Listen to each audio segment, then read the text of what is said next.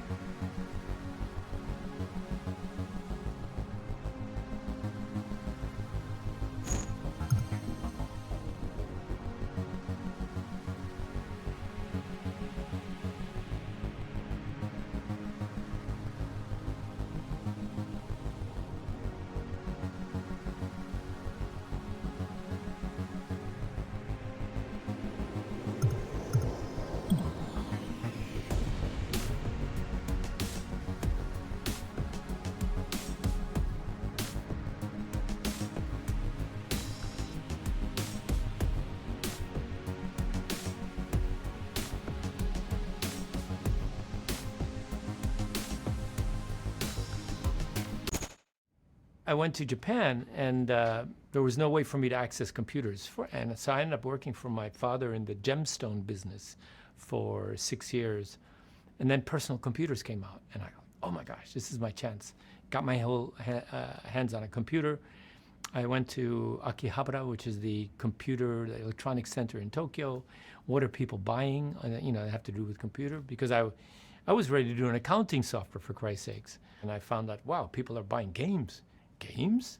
And they were mostly like little tiny shooting games and jumping platform games. There were some simulation war games, a little bit more Mira, ahí está el colegio.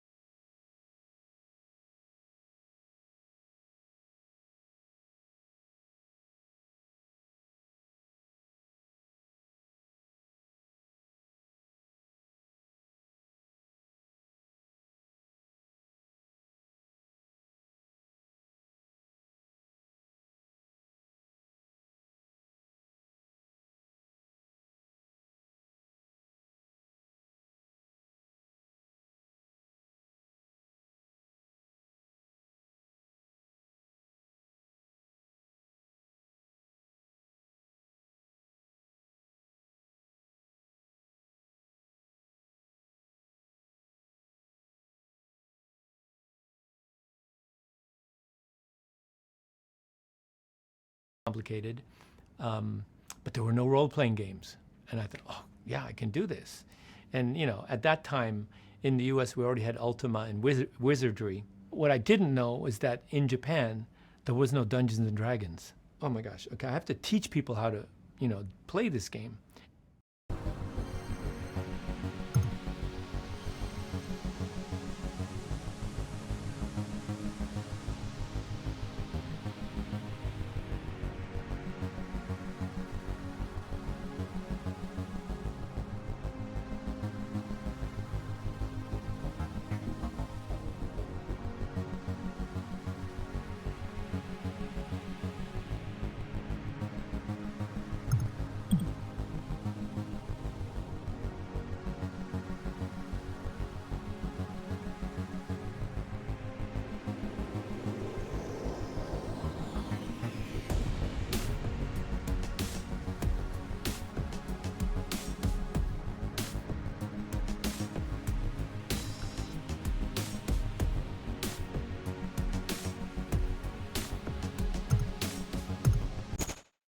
I decided I was going to make a game. I was going to have warriors and clerics and magic users, and I was going to have all these different character classes. And my imagination, this game was going to be this big. What did I know about what a computer can do? I didn't, and I didn't know how to read, speak, or write Japanese. My wife could read, but she didn't understand anything about what was written in the manual, so that was kind of useless. And all the manuals were in Japanese, so I had to hack the computer the whole time. I had 64K, so I made a role-playing game within 64K, all graphics, no text, or a little bit of text. I started writing it all in BASIC, and then the 3D part. When I wrote the 3D in BASIC, it was like the walls were like, that's speed, and then you would take a step, bunk, and then it would like, I said, no, there's no way this game can take that long. And so I decided to take that part of the game and write it in assembler. When I was done with that, you push the button, it happened immediately. There was no, you couldn't tell that it was drawing anything. And I was like, that was the first time I really understood how fast assembler was, or conversely, how slow BASIC was. There's a sample monster here. This is the demon. 10K for all monster graphics, and 10K for all people graphics. I think they were about equal in weight. I based the graphics on, on miniatures. Because when we played Dungeons and Dragons, we played them with miniatures. And so you had little people, And every time you went and you bought a new piece of armor, you would see it, and so you graphically could see your group up to 5 warriors getting better and better and better. And I made a dot matrix graphic editor so that I could draw each monster dot by dot. He's already bought armor, he's already bought a shield, he's already bought a sword. I mean, he's already an advanced level character. The only thing that wasn't graphic was potions. Potion, you could see whether you had a little bottle as a potion, but you couldn't tell how many potions you had in your bottle. It's up to 5 potions. I wanted a package that was a little bit more expensive than the other packages. All the other packages were paper. Part of the reason is my game was 7,800 yen when all the other games were 6,800 yen. And the reason for that is because I believed that my game had longer gameplay. The painting in my office was painted by Roger Dean, known for doing things like the Yes Band logo. And this painting that's hanging in my office was the cover of an RPG game that Hank created called the Black Onyx. And this was the Famicom version of the game. The painting is called Freya's Castle. And Freya actually is Roger's daughter. That game, it took me 9 months to build. And I would say that's my lifetime greatest achievement. When you think about it, like today, if somebody gave you 64K and say make a role-playing game, that would be tough. Now, I used to be in the gem business, so I knew all about how to. I told my dad I need 1,000 black onyx. The first 100 people that found the onyx and send me the secret password, which was Yggdrasil, which is the tree of life, I would send them a real black onyx. Black Onyx turned out to be the #1 game in Japan in 1984. I published it myself. My company was Bulletproof Software. And I was all of a sudden a folk hero in the computer game world in Japan.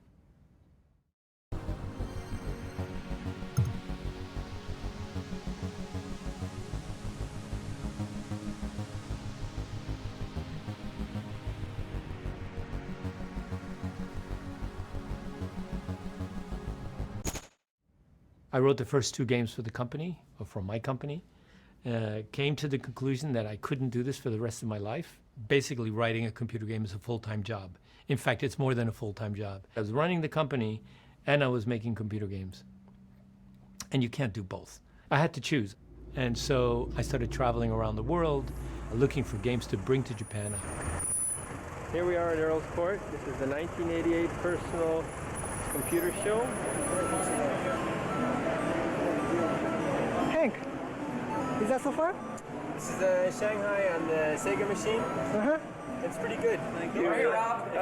Yes, here we have Hank Rogers from BPS. Yes, he's over here breaking in and expanding the UK software market. He's expanding in many different ways, taking over the world. I hired programmers to actually take those games and move them to the Japanese computers. I'd published 2 of the first 4 Electronic Arts games, Archon and Mule. They were amazing games, by the way. I published the Star Wars games. I made LucasArts. I made deals with companies all over the world. I was more nimble than the Japanese companies because generally the way it works in Japan is somebody sees a game, they bring it to Japan, and then they have all the buchos, all of the managers have to all agree, yes, this is a good game. And that takes too long. I'm the president of the company. I could make the decision. I spoke English. I had that advantage and I used it. I licensed a bunch of games. And one of the games that I licensed in that way was a little game called Tetris.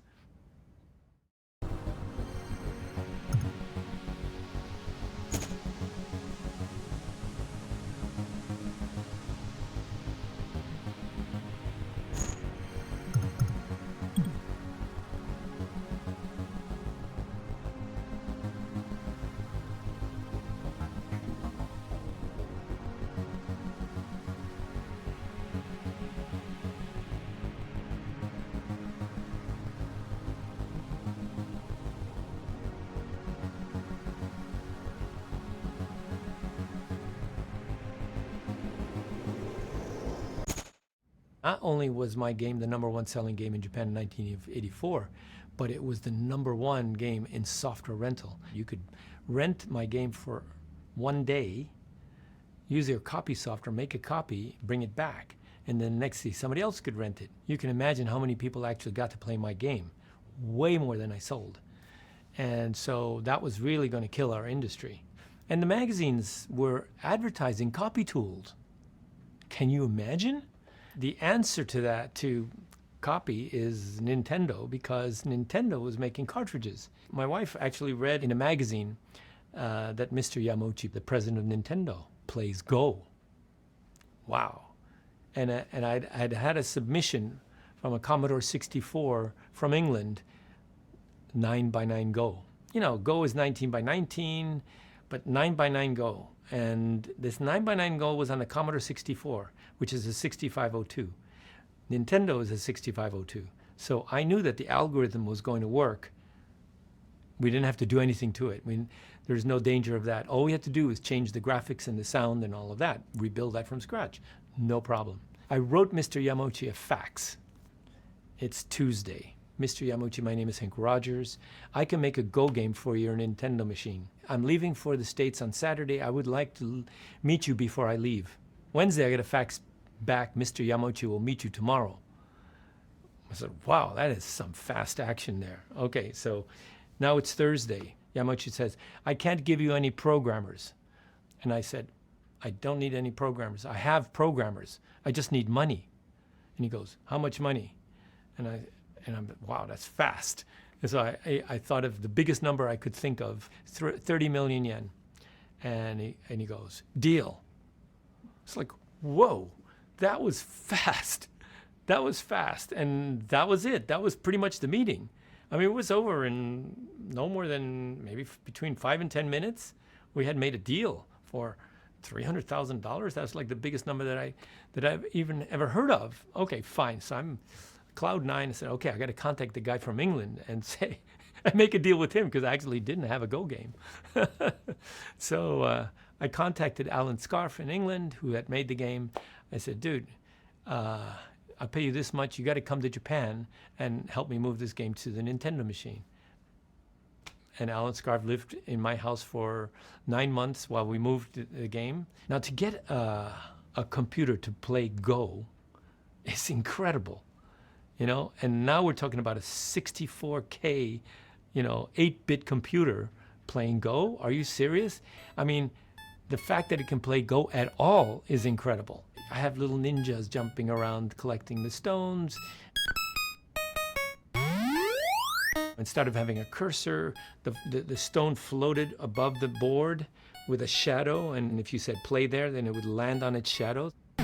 It was graphically amazing, and it actually played pretty decently.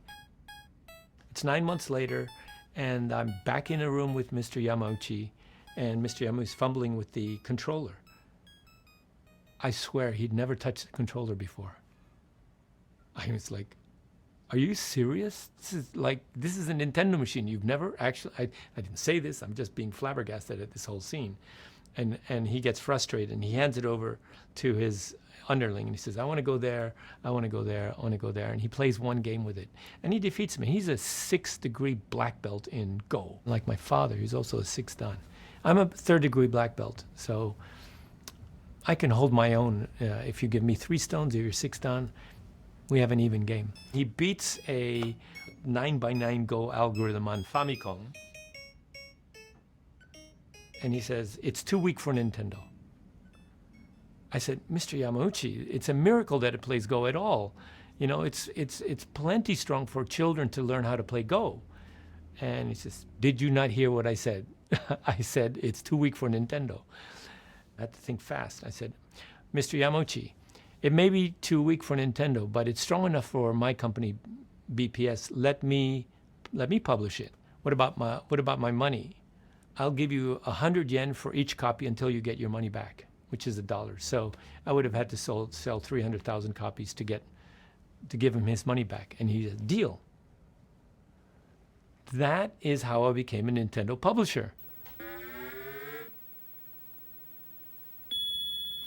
Because if he says, yes, you can publish it, it means, yes, he's given me the blessing to be a publisher. So Go was my first game. And after that, I had other reasons to meet with Yamauchi. And so I would always make the appointment on a day when he had no other appointments after my meeting. And then we would play Go afterwards. And it was like the prince and the pauper, because when we play Go, everybody else is gone. Normally he's got underlings that are making sure he doesn't say or do anything that he's not supposed to, whatever. But when you play Go, there's nobody in the room. First of all, nobody else in the industry played Go. Can you imagine? And those two worlds didn't collide at all. Go in Japan is not considered a game. They don't even say play Go. They say do Go. It's like doing kendo or aikido, and Go is in that class. And so we played Go, and then he would ask me questions about the business, what's going on, and so on. We were actually the closest thing that he would have to being a friend with somebody.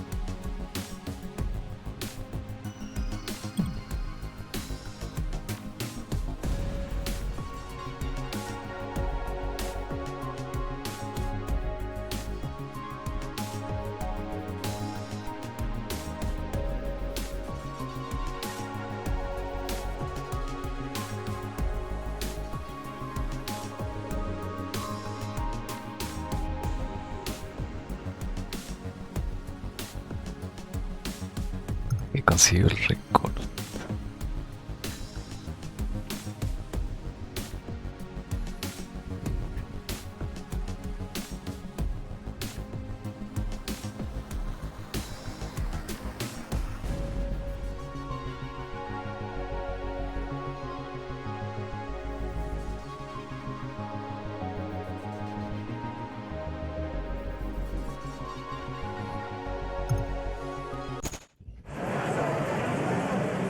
I'm at the Consumer Electronics Show in Las Vegas. My job is to find games to bring to Japan. And the way it works Como is se there miraba are ni se like notaba. hundreds of monitors from dozens of companies, all showing games. And the people are lined up to play those games, for a couple of minutes to get an impression. He was trying to have a Go game. He was really into Go. He had this other game he was working on called Black Onyx. But everybody was playing this game in our booth. Tetris, Hank came over to play. So I stand in line, and there I play Tetris for the first time. And, then I go and play other games, and I find myself standing in line at the Tetris machine again. And I play again. I said, oh, okay. And I go away, and I find the fourth time I'm standing in this line, it's like, I'm really hooked on this game. And he sees my name on the top of the high score list. So he sits there for hours trying to knock me off the list. I put a high score on the game. I beat Gilman Louis' high score on that game. He meets up with Phil. I showed it to Hank for the first time. Hank loved it. Phil takes Hank into a meeting with me. And so I started negotiating with Gilman about Tetris for Japan. And Hank goes, I want to get the Japanese rights.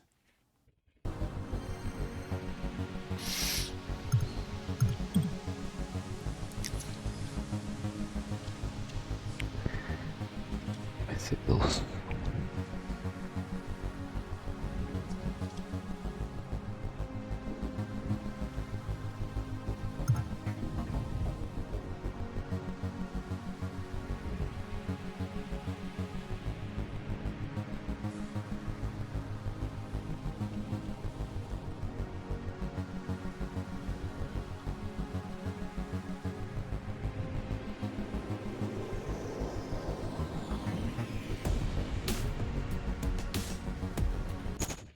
At the CES, that's when we met with Stein, Robert Stein, who had the first version of Tetris that he said he saw while he was in Hungary, and was trying to see if there would be an American publisher of that particular game.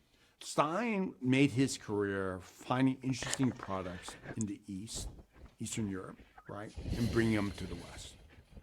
A sole practitioner of licensing people's products, identifying potential talent. I think that was an important function at that time, given the fact that it was really hard to go to a place like the Soviet Union. What was interesting was Robert Stein had shot this game to a few other publishers. One of them was to Broderbund. I thought, we wouldn't have said this at the time because they didn't exist, but it was more of a handheld kind of game, a little bit of a lightweight game. I didn't feel like it had the heft to be a PC game. I also thought it looked a little messy. It was a story that I heard about where it came from and through whom, but I was dealing with people several steps down the ladder, and I wasn't totally sure of its provenance. There was a producer at that time, Brad Frager. It's kind of a contract producing. And Brad was saying, hey, I just saw this great game called Tetris that Robert Stein is showing around. You should really, really publish it. Then I got a call from Microsoft, from Jim McConaughey. Jim goes, hey, Stein is coming to the States. He dropped off this game. We can't stop playing it. Like, we cannot stop playing it. Jim McConaughey, who was the CEO for Microsoft, said, I've got something to show you. And he showed me Tetris. I played it for a little bit, just couldn't quit playing it. Jim says, hey, I'm dealing with Robert Stein. He has the rights to it. Phil was in the meeting, myself was in the meeting, and Stein was in the meeting. I said, I like the game a lot, but I want to make a lot of changes. Right? I want to change the graphics. I want to change the scoring mechanisms, the controls. I want to tweak with it. Can I talk to the programmers? And he goes, you can't talk to the programmers. I go, I can't talk to the programmers. Why can't I talk to the programmers? If you're licensing somebody's product, I need to be able to talk to the programmers. And he goes, well, the programmers are not in Hungary. They're in the Soviet Union. Soviet Union? I turned to Phil. I said, put it in a red box. We wanted to push it as the first product out of Russia, and we came up with a marketing concept, and the Saint Bastille is the box, and the spelling of Tetris using the Russian symbol and letters. So his marketing brain starts rolling. My marketing brain starts rolling. So we do the deal. We signed the deal, but unbeknownst to us, is it was signed in with Academy Soft, and eventually Elorg Programma took it over in Russia, and that's how some of the rights got convoluted later. We spent months trying to get that thing tuned so that it felt right through that progression till you got into that sweet spot of the gameplay, because that was a key part of the magic of the game, right? We even put a thing called the boss key, because people were playing this thing at work. So we had so that if you press the key, a spreadsheet, a fake VisiCalc sheet would show up, because people, once you started playing, they couldn't stop playing. We had to get people to pick up the game. So we had to tell a story. You know, we really try to play up this kind of glasnost environment. Hey, this is the game that Russia will use to invade America, right? Through addiction. We were trying to put together a story that would get people sucked into the game. But once you got into the game took care of the rest. And yeah, we tweaked it, we tuned it, but the core of the game was always there. It was there way before we touched the product. And I give all the credit to the original Russian team. We finally got the PC version from Spectrum Holobyte. And when we put it on PC and saw it, we got, both of us, me and Belikov, we became pale. There's a 16-year-old German pilot that landed a plane in Red Square, and we put that into the introduction. Pulling a banner that says "Play Tetris," right across the screen. That was very big political scandal at this time around this landing and whatever. So we thought that was fun because, again, we're trying to get the game positioned so that when they think about the Soviet Union, they'll think about Tetris. When they think about Tetris, they'll think about the Soviet Union. Stein goes, you need to change that. We immediately kind of contact them and say it's absolutely unacceptable. So we pulled it out. And they say, no problem, we will take it away. That was a very big relief.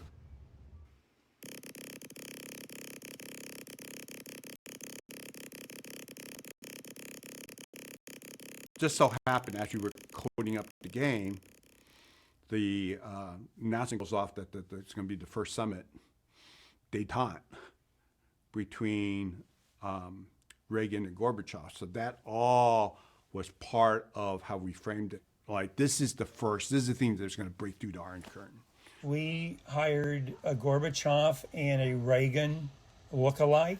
And we start producing ads, a USA Today style ad that says, you know, what's really happening behind these secret meetings, you know, and they had them two playing Tetris. And it was picked up by everybody. We really went all out, TV, media, the whole perestroika. So Tetris was actually launched with the story from the New York Times as the first game from the Soviet Union. And it won Game of the Year at the SBA Awards for 1988.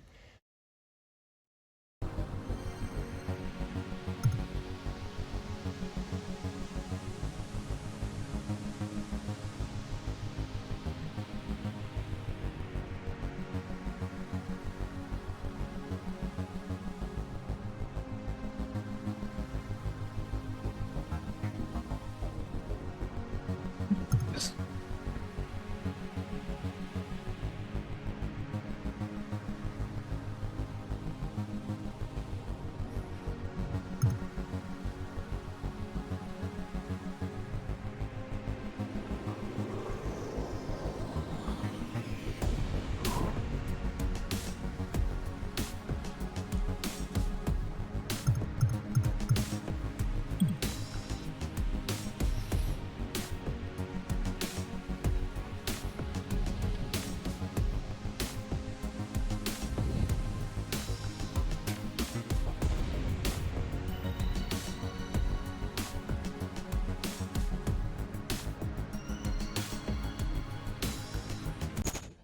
The situation was very clear. Not my computer center, even Academy of Science has no right to have any business deal with somebody outside of USSR. That was very special agency of Ministry of Foreign Affairs who was authorized to sign some kind of business deals with any other outside entities.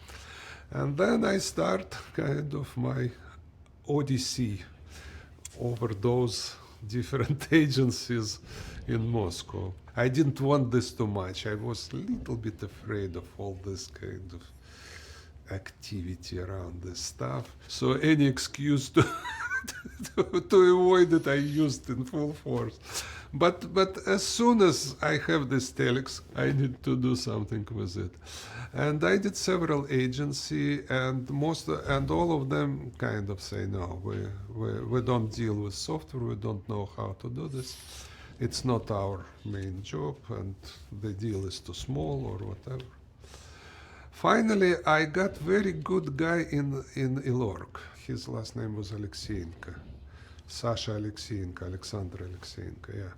He likes programming and he likes us programmers, and that was a very big hope for my little game. So I prepare some kind of paper for agreement between computer center and Delorg. My deputy director just signed it without reading. 3 or 4 months I didn't heard anything of it. And all of a sudden he called me and say, yeah, well, I met Robert Stein. He considered your reply as an agreement. I say, come on, how could it be? It looks like he get this deal as is, and he is sub-licensed it already, and the game is about to come out. We can't do anything like that. So the only thing we could do is just to sign the agreement with them and let them do it. So we don't have we cannot bargain with him already because he consider this telex reply as a general agreement. That was it. Somehow it happens and stopped. And I never heard about the game, about anything for another kind of maybe 3 or 4 months. But at this time, the new person came to the scene, Mr. Belikov, Nikolai Evgenievich Belikov came on board. He became the chief of my previous friend. We discussed the strategy, we discussed what we could do. We decided we never give up the other platforms and whatever. So we was all in agreement about this stuff.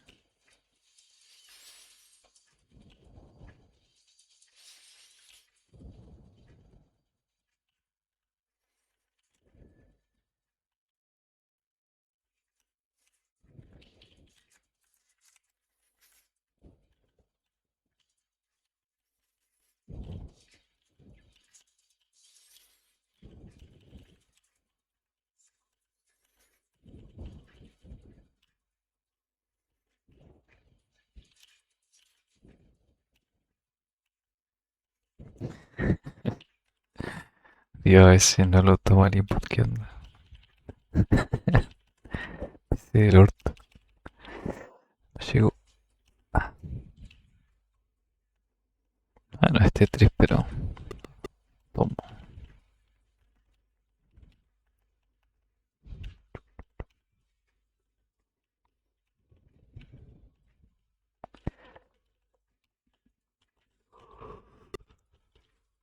Esto es lo mejor que se jugaba en ese tiempo. Nada, habían otras joyitas, seguro.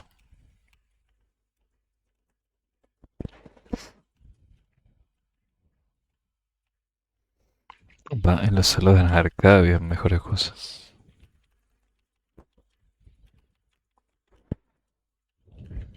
No es tetris, pero ahí se queda.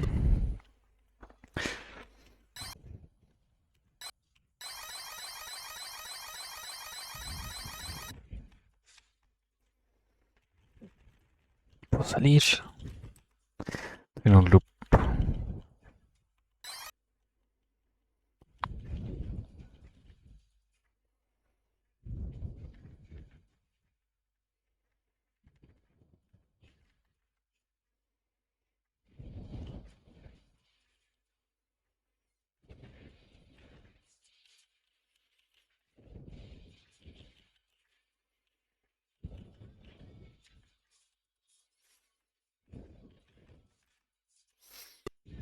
¿Cómo salgo?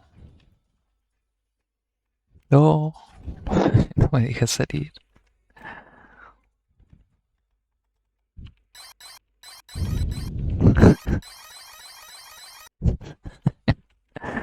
Estoy atrapado en el Tetris. Presiono Start y no pasa nada. Qué raro.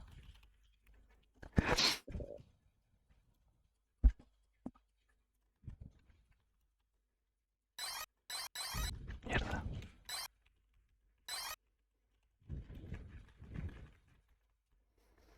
No, estoy en un loop.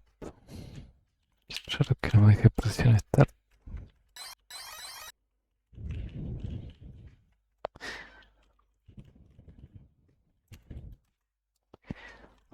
Desconecta el control para ver si pasa algo.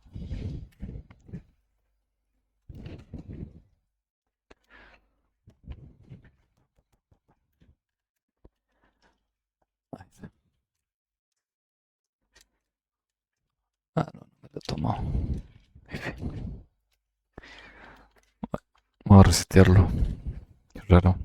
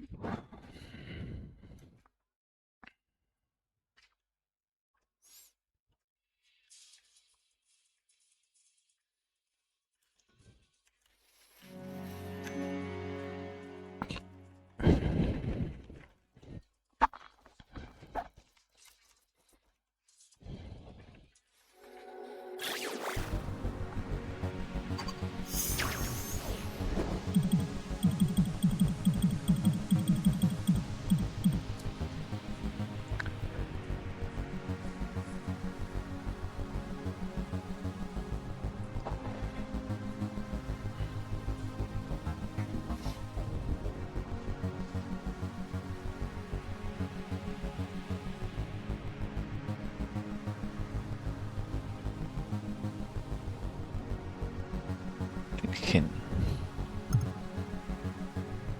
Asteroide.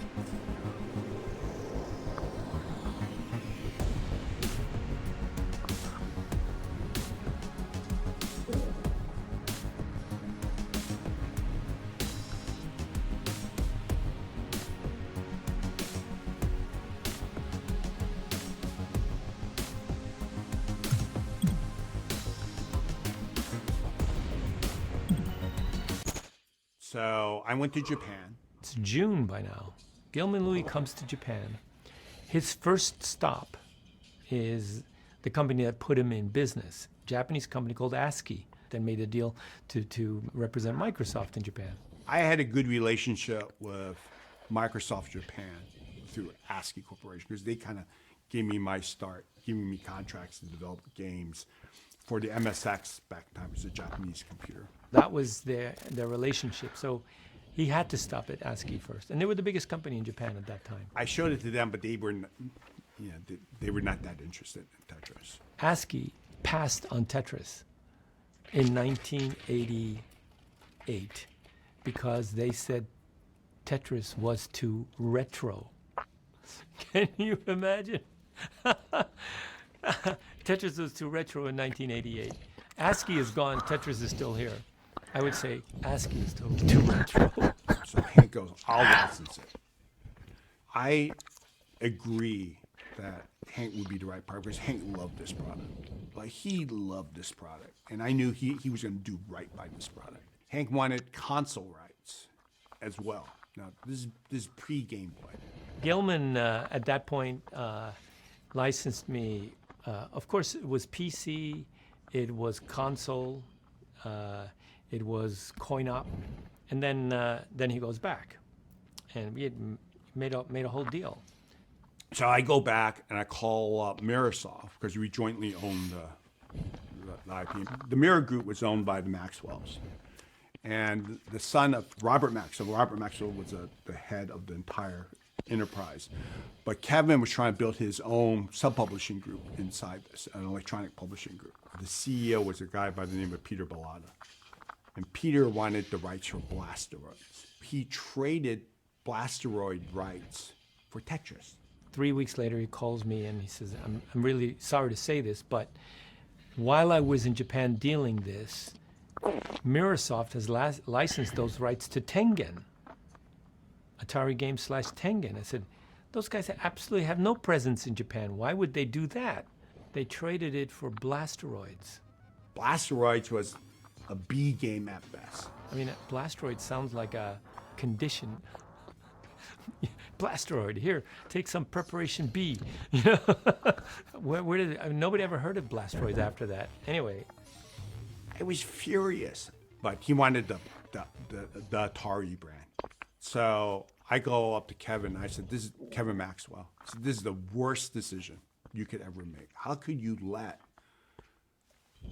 this game go for a B-class game like Blasteroids?" Kevin was trying to broker the peace between warring American company run by myself, Sphere and Spectrum Holobyte, and Peter Bellata, who was running Microsoft at the time. So the way it worked was, okay, you keep the game rights, but Peter is going to license this off.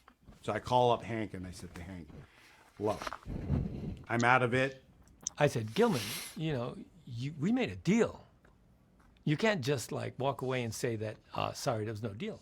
We have a deal. He said, okay, let me see what I can do. And then what he came back with is, okay, well, I got you the PC rights, the personal computer rights. And that's something. My parent company has ruled that they're going to go with the Brits. The Brits have licensing it to Atari, to Tengen. Right, you need to go talk to them if you want to get the rights for the cartridge rights.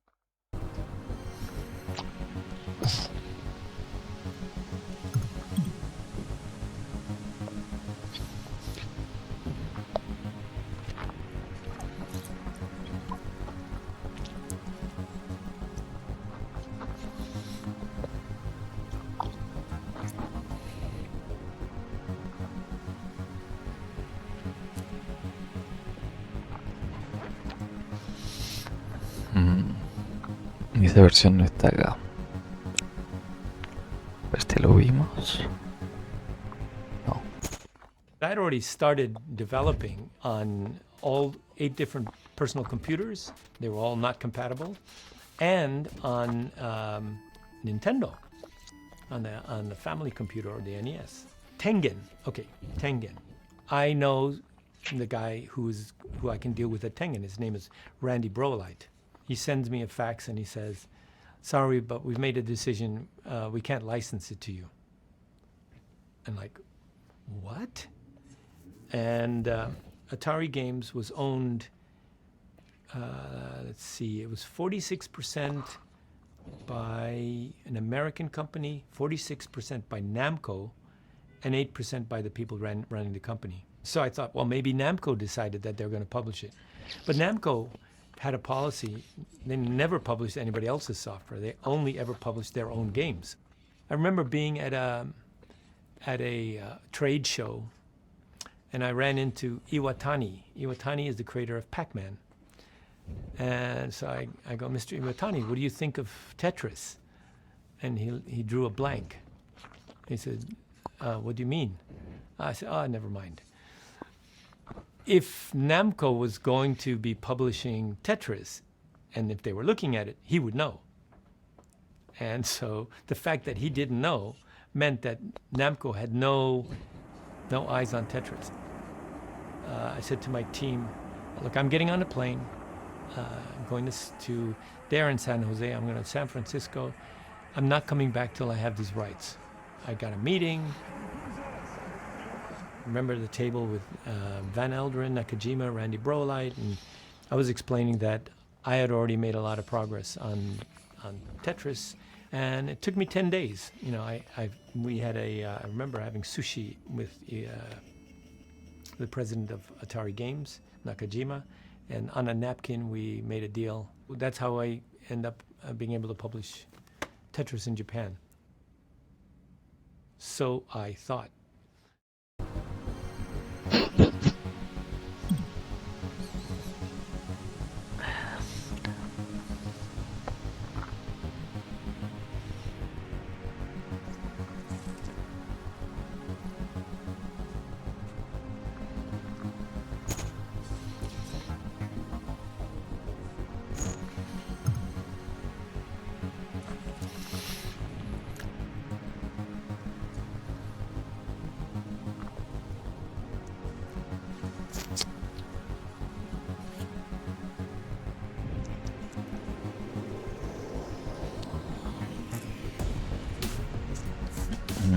Fue con ese.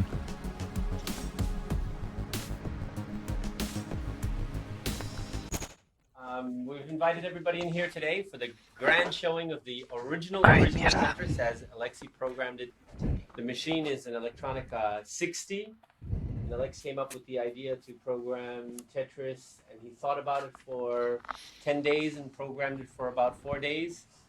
And this is the result of his effort. So Alexei, I'm still on level 5, and I could increase the speed on the fly. oh really? Yes. I did that by accident the other day. How does that work? Yeah, you just push the 4 button, and now here we go. We are on the level 6. Oh, I see. It's a one-way thing. See? My scoring system was a little bit complicated. I had invented some new additions to Tetris. One contribution that Hank made that most people don't know about was the single, double, triple Tetris. The idea of clearing 4 lines at a time, and that gives you the highest score. Like that was Hank. In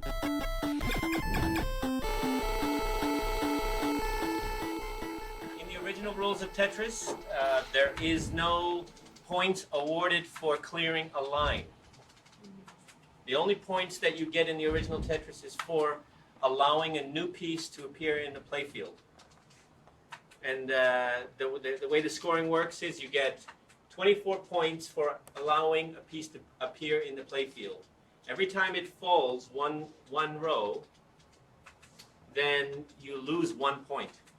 So the quicker you hard drop it into its final position, the more points you save. And Alexei charges you a 5-point tax for peeking at the next piece. So instead of getting 24 points, you only get 19 points if the next piece is showing. No можно так. Now you see the next piece is shown just in the middle of the screen. I mean, height-wise. Do you like that idea though? Rewarding the player? Yeah, actually, it's more natural. That's what people expect. You know, when I wrote the game, I think just about my own common sense. But if you build a game for people to play, you need to respond what they expect out of the game, and it's quite natural to get extra credit for cleaning lines and other stuff. So basically, it's much better idea.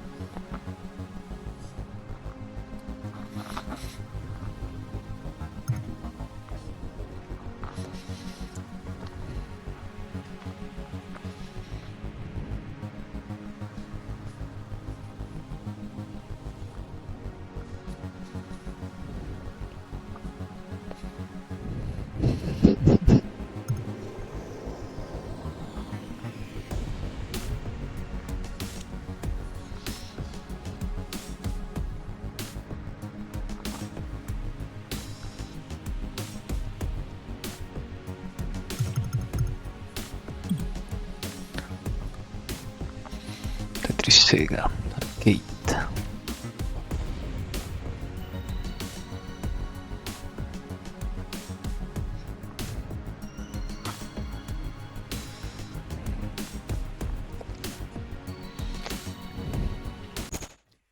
I used to play Tetris in arcade.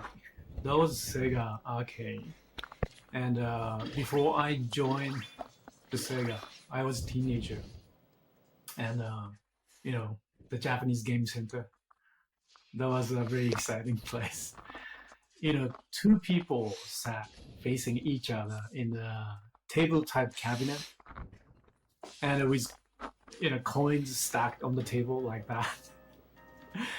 And I wasn't a good player, but I watched the super plays, by the great players, many great players in Japan. And there was always a huge crowd around the Tetris table. Tetris was like very intellectual battle type of game.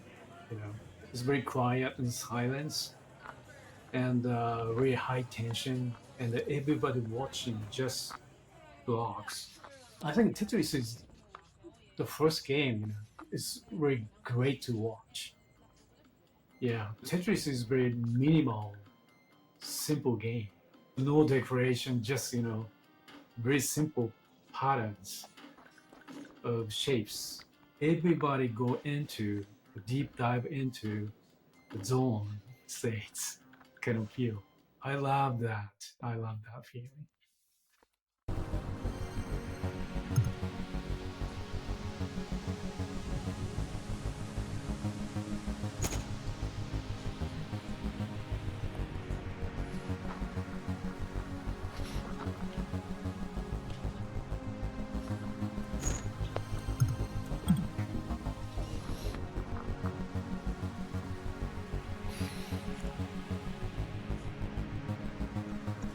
El de las tres vidas.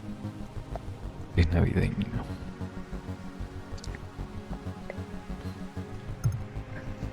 Está buena la portada.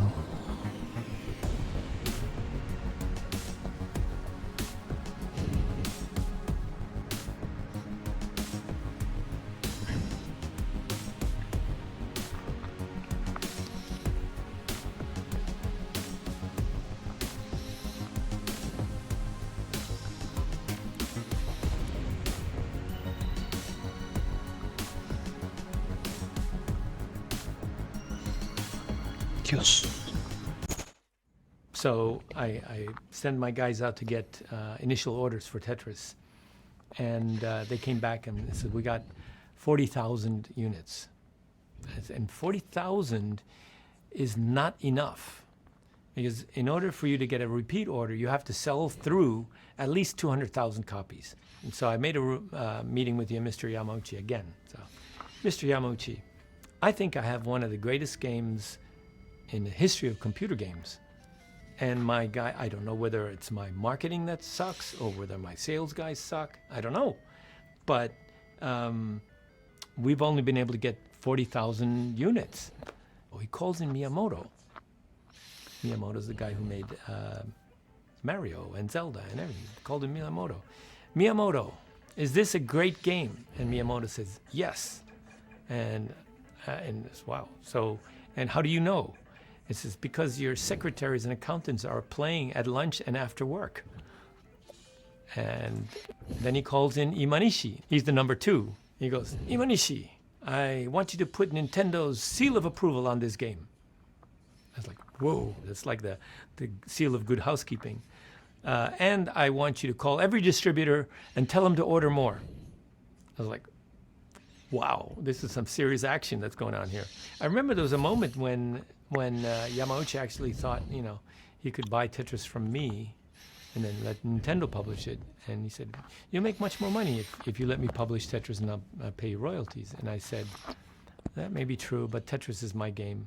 The only way that I would give you Tetris is if you would give me Mario. Okay, you got the point. So thank you very much. Go back to Yokohama. Mr. Imanishi calls me back the next day and says, please, please, please don't make me put the seal of approval on the game, because if I do, then every other company is going to want a seal of approval, and then I have to set up a whole department figuring out which games have, get the seal of approval or not, and then it's just going to be a huge headache. So, but I'll call every distributor for you and make them order more. Okay, I thought, well, shoot, as long as I get the orders, I'm fine. So he calls distributors, and we got another 30,000, which is like, oh, come on, So Christmas comes, the distribution puts our games in all the stores, and it's not selling through. Nobody knows what Tetris is. It's not a game that you can look at an ad and say, oh, I want to play that game. No, you have to play Tetris. And so distributors then, the stores started panicking, the distributors started dumping. Dumping means selling below their cost. I got my guys calling everybody, said, do not dump your software. This is a different pattern from every other game. People have to play the game before they can it'll take off, but it takes off slower. Well, end of January, every place was sold out, and every place was clamoring for more. Beginning of February, we got orders for 200,000 units. Where am I going to get the money for 200,000 units? Because at that time, the way that it worked is you had to pay Nintendo cash up front. Then basically they go into manufacturing. 2 months later, you get your delivery, it goes into the store. Then you get paid back. So it's 2.5 months before you get your money back. $2.5 million, $2 million, $10 or 1,000 yen a cartridge. And so I went to the bank, and the bank says, where's your collateral for $2 million? And finally, I convinced my wife to convince her family, her father. Basically, they put up all of their real estate, all of it. Dios. And so we managed to hang on. A la mierda. Uf. Qué complicado. Si salía mal, toda la calle.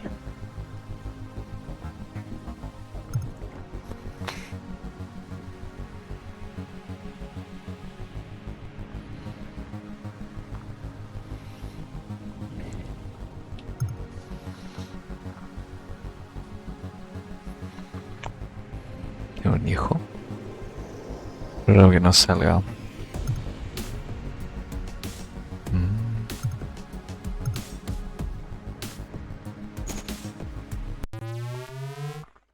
La película sobre dos niñas. No hay ningún hijo.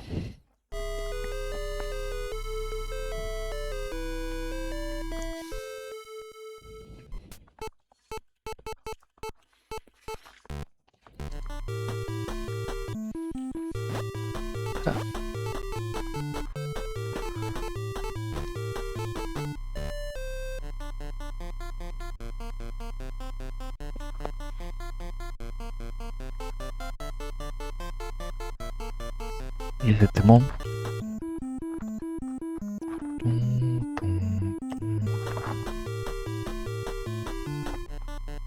Sí, este temazo.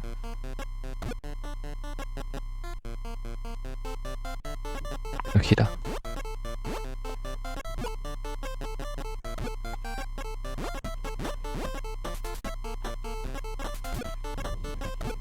Toma los controles. No va a ser spin ni en pedo esto.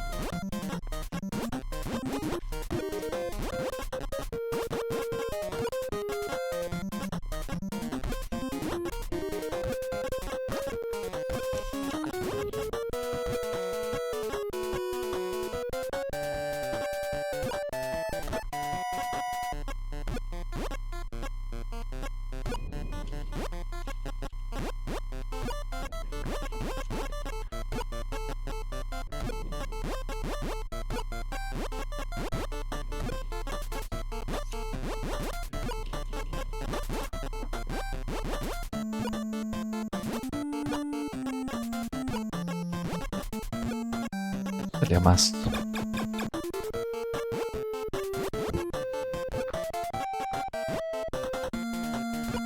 Vamos a arriesgar. Creo que.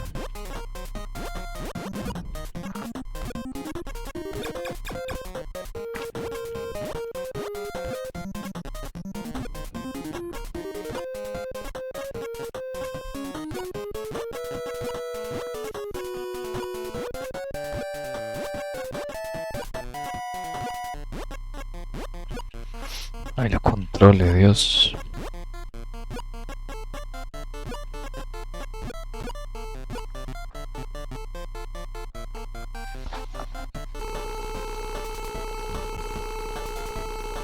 Otra línea 0.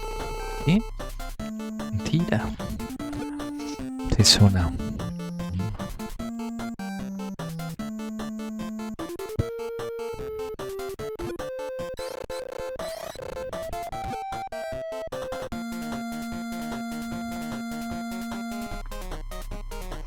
No entiendo por qué no me dejas salir.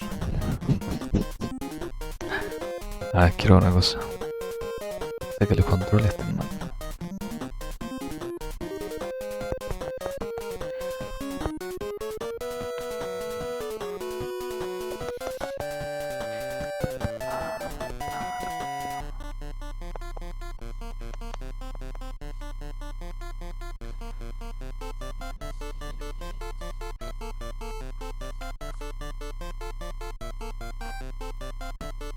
¿Quién está el home? Acá derecha.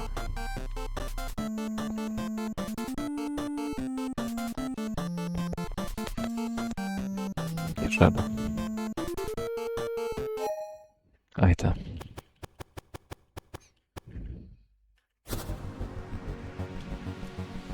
Sí.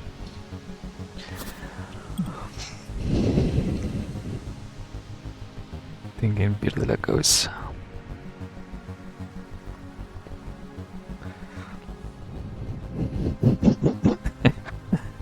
Si la lanzaron.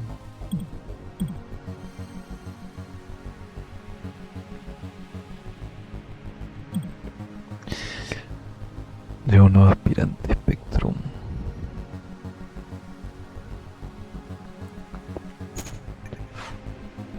Un capítulo más.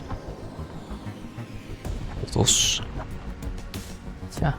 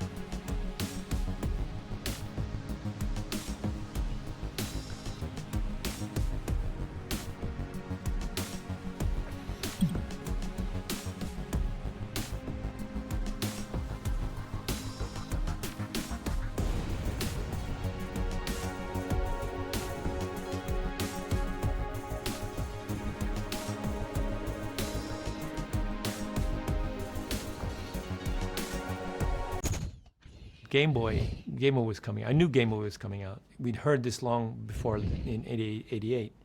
And so I got on a plane in January. I went to Nintendo of America and met with Mr. Arakawa. And I said, Mr. Arakawa, what's your plan for Game Boy? I know you always have a policy to include a game with new hardware. So what's your plan? And he said, well, I'm going to include Mario. And I said, well, I got a better game. It's Tetris. And he already knew about Tetris because people were playing it. I said, if you want little boys to buy your Game Boy, include Mario. If you want everyone to buy your Game Boy, include Tetris. And then you could always, afterwards still sell Mario and make the money off Mario. So he called in, I think it was Ken Lobb. He called in his experts and they all said, yeah, do that. Hats off to Mr. A and the rest of the team and Nintendo, recognizing that this was transformative and a critical product to pack in because it was the perfect product to launch it with. We made a deal. I shook hands on that. I didn't have the rights. I said, I'm going to go to the Soviet Union and get those rights.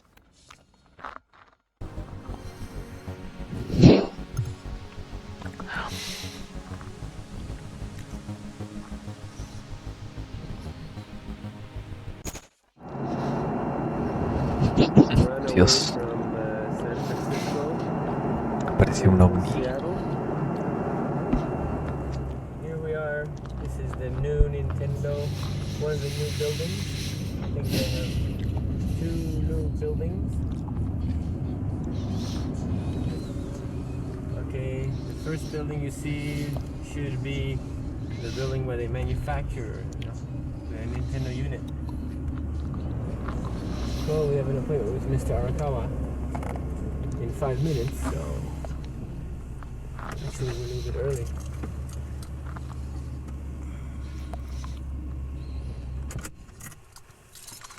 Let me introduce you to Mr. Ota.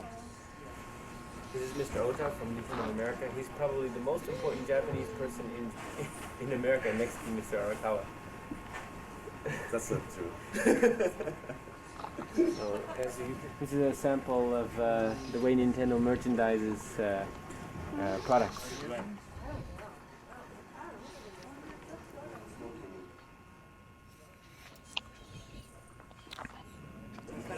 This is Nintendo of America's customer support section. The first 2 rows down there answer letters and write stories for the magazines.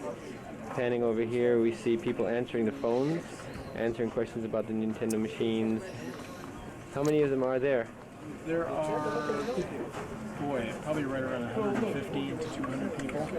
We're open from 4 a.m. until 10 p.m. So 4 a.m. till 10 p.m.? Oh my gosh. Dios. Okay, and scanning around here, we get into the games counselors. How many game counselors are there? right around 82, and the numbers are growing. 82, and these are people who answer questions about games and how to play games. Okay, so altogether on from that section down to here is all customer support.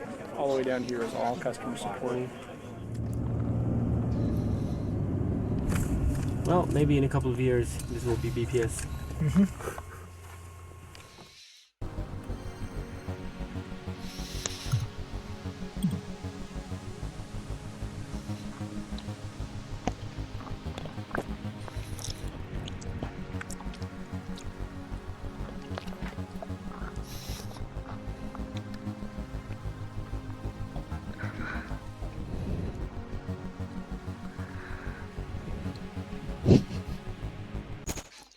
Robert Stein, he was the closest to Moscow, and we were communicating by fax for the handheld rights. You know, he kept on putting me off, and you know, he sends me a fax. He says, I'm going to go to this whatever trade show in Germany, then I'm going to Moscow, I'll be there for a week, there for a week, then I want you to come.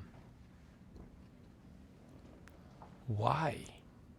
You know, why do I have to come a week after you go to Moscow? What's going on? That was February of 1989. Then at that time, I got a call from Arakawa. I said, somebody, and that was Gilman Louie, had come to me and said that they could give me the Game Boy rights to Tetris. All the alarms were going off. There is, somebody else is dealing Tetris somewhere. I got to get it on my plane. So I said, Mr. Arakawa, Gilman is the one who came to Japan and said he could give me the rights, and turned out he didn't have the rights. So I'm about to get on a plane and go to Moscow and get these rights for you. Give me a chance to finish my job. He said, okay. With a tourist visa, 2 days later, I got on a plane, went to Moscow.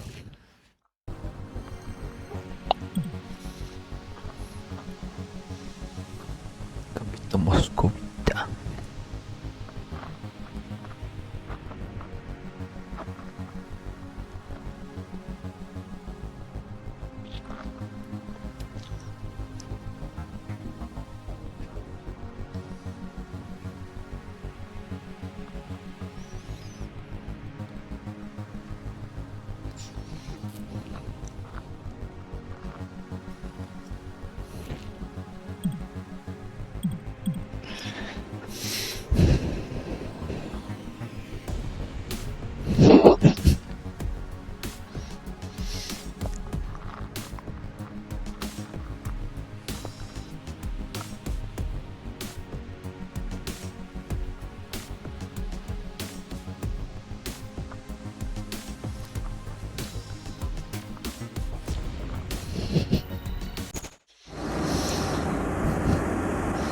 get on a plane with a tourist visa, not knowing anybody or anything. There she is.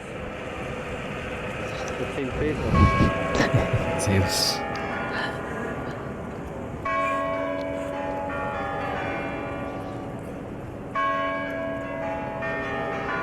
I had a video camera because I had no confidence that I would be able to describe what happened to me in Moscow. And so I was recording everything. Okay, this is the hotel from the outside, the Interest Hotel. Actually, it looks wonderful from the outside. This is my room in the Interest Hotel.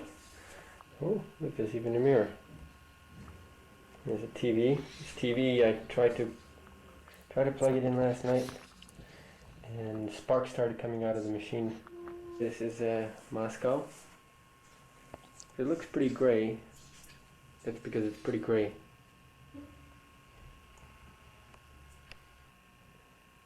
Well, today I'm going to go out, see what I can find out. All I have is the game with the copyright notice, and the copyright notice says Tengen to Mirosov, from Mirosov to Andromeda, from Andromeda to Elorg.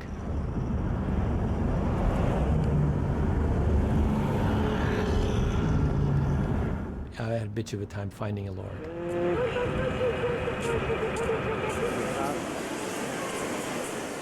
I've spent about 3 hours trying to locate Elorg. Watching video of Hawaii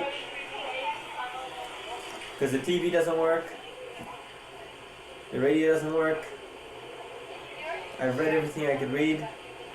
I'm waiting for Kogo from Japan. They're going to tell me where the Moscow Book Club is, because I'm sure I won't be able to find out by asking people here. My strategy was I was going to find a Go player in the Soviet Union. So I had gotten the address of the Russian Go Association. They made some phone calls for me, set up a Go game. And so the next morning, I had a chance to play Go with the third strongest Go player in the Soviet Union. He was also a 6th dan, just like Mr. Yamauchi. And like my father, he's also a 6th dan. I got smart this time, and I have hired a car. The next day, we hired a limousine. Driver in the mirror. I wonder if we can... Maybe it's too dark to see. So what's your name? Как зовут? My name is Victor. Victor. Victor. I see. Okay. I get back to my hotel, and in the hallway of the hotel, all of a sudden I see an interpreter. And it's like, interpreter's like, oh my gosh, of course, I should hire an interpreter. You know, to the left, you can't see us. It's there is one of the biggest swimming pools in Moscow. But it's not a swimming pool now, I'll bet. It's a skating rink or something? No, it's swimming pool. It's open all the year round. And people swim there now? Yes. Wow. So I have a very lovely interpreter. And her name is... My name is Allah. Your name is Allah. And so I said to him, Allah, can you help me find Elorg? And she looked at it and said, oh yeah, I know where Elorg is. She knew that right away. And I said, that made me suspicious. It's like she already knew what I was looking for. In other words, the word had gotten around, this guy snooping around for Elorg, which I'm not supposed to be doing that. I'm not supposed to be meeting any Russians. I'm only supposed to be there taking pictures of tourist attractions. That's it. Really something.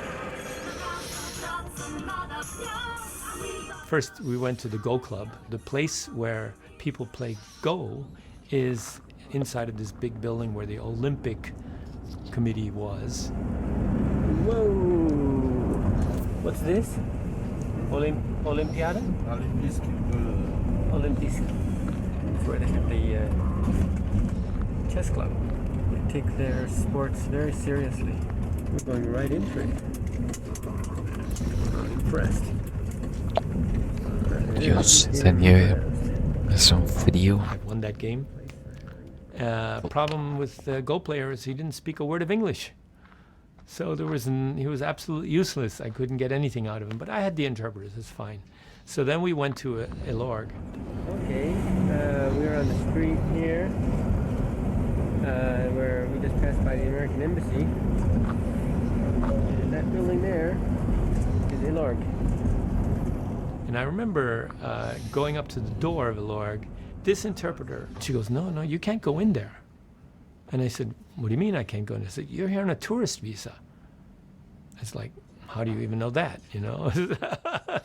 And I said, you know, I didn't come all this way to stand in front of a door and then go back to Japan and get a visa so that I can go through this door. I'm going through this door. Are you coming with me?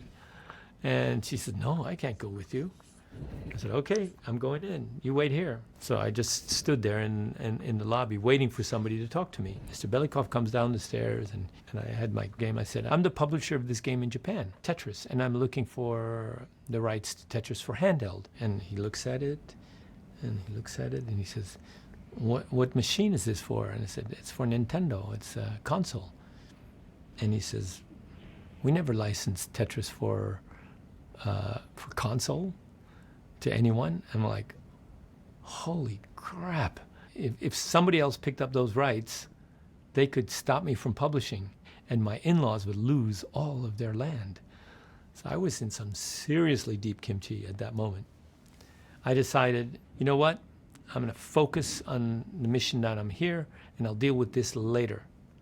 So I said, I would like to come back tomorrow and I'm here for the handheld rights. The reason I said the next day is because I wanted to make sure that they could get the right people in the room. So he said, okay, come back tomorrow. I'll meet you at 1 o'clock, blah, blah, blah. That was my official invitation right there.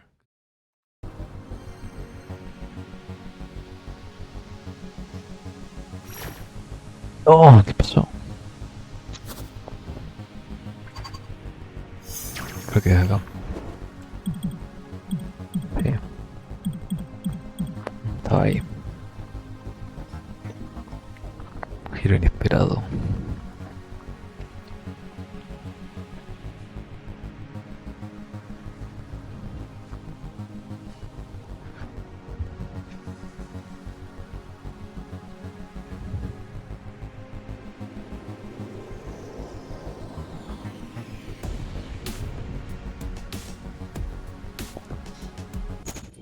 The next day I went back, I get escorted into this room. On one end of the long table, there are 8 people, something like that, sitting on the other side. I'm sitting by myself on this side, and we're about to start the 3rd degree. And all these guys are suspicious. Like, who the hell are you? You know, how did you know? Because I came out of nowhere. I wasn't supposed to be there. You looked really suspicious. From Japan with perfect English. I mean, something really wrong. Yeah, so I'm a Dutchman living in Japan who talks like an American. And by the way, my English is very simple English because I've been living in Japan for many years and I know how to speak English as a second language. So all these people are able to understand me. Anyway, there's like a lot of negative vibes coming from the other side of the table. And I could see his demeanor change as the conversation went on when he realized that I was a gay.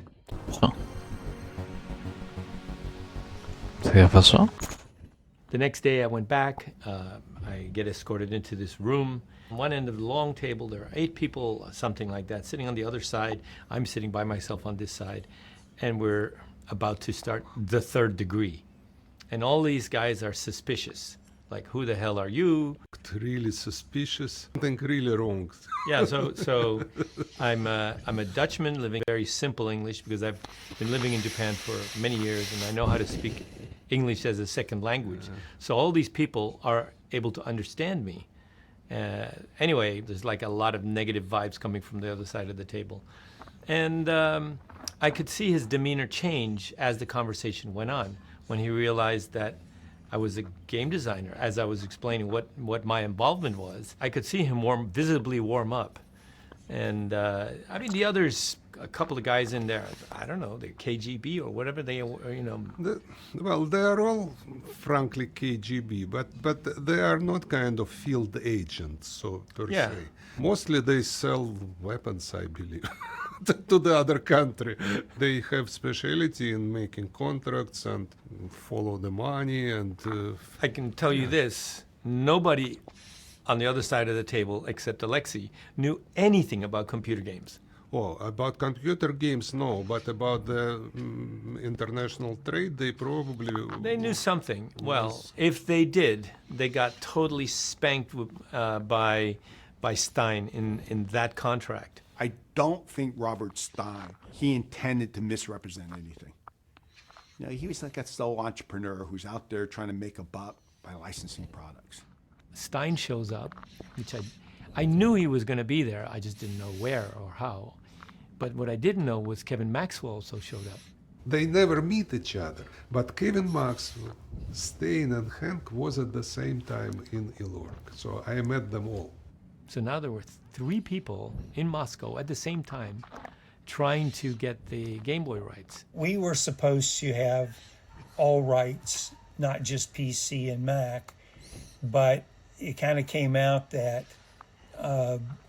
I'm not sure Stein had all the rights that he needed with the Ilorg programmer. We found out that Stein started selling the other platform, which we never considered him to have. We were furious when we heard about this. The deal that had been made was between Ilorg and Robert Stein, which is Andromeda, for the computer. By the time this deal gets to Microsoft, they read the contract that says, the computer. Oh, that's everything.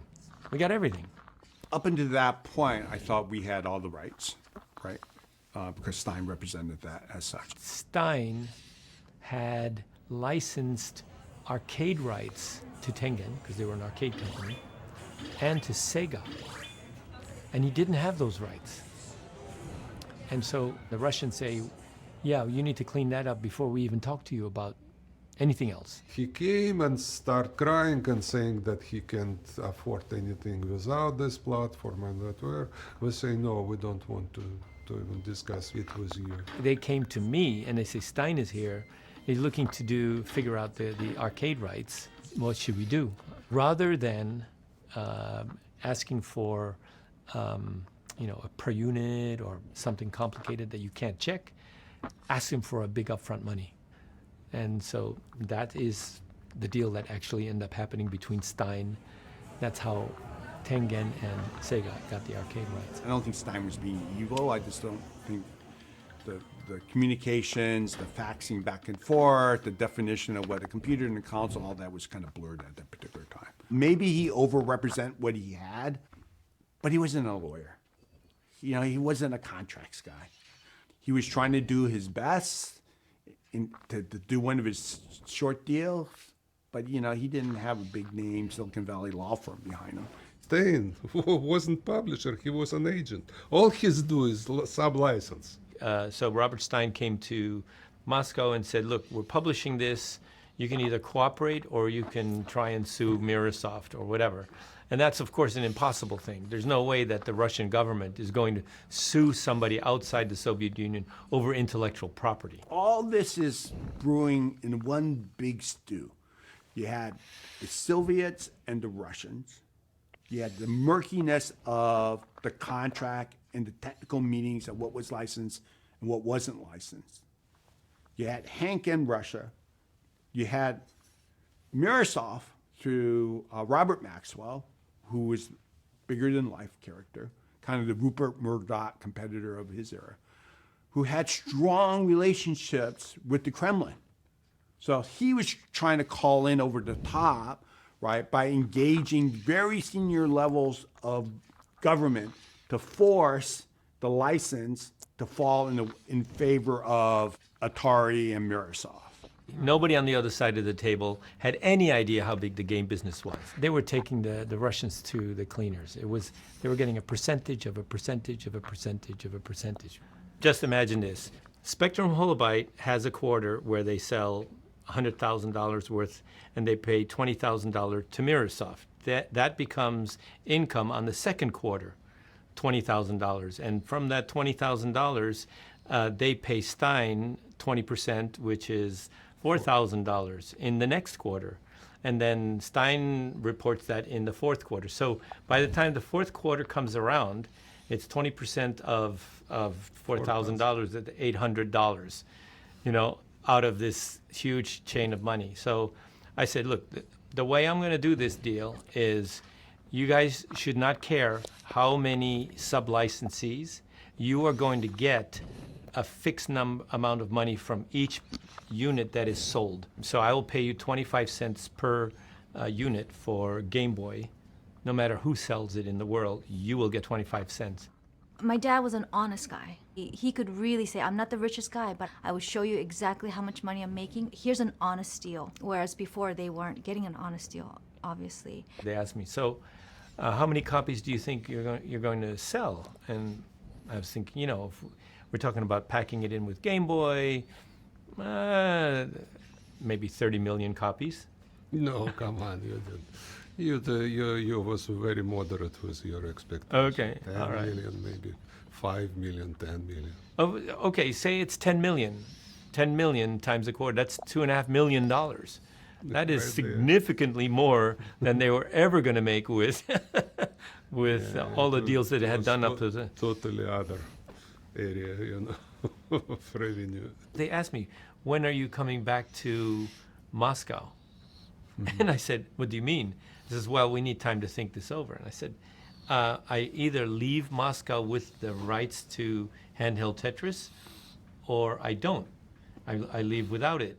I'm not coming back. We don't have that kind of time. I made this very official thing, boom, and this, you have 1 week to answer me with... Letter of intent or something. Yeah, with a proposal, you know, and after that, this offer is null and void. I mean,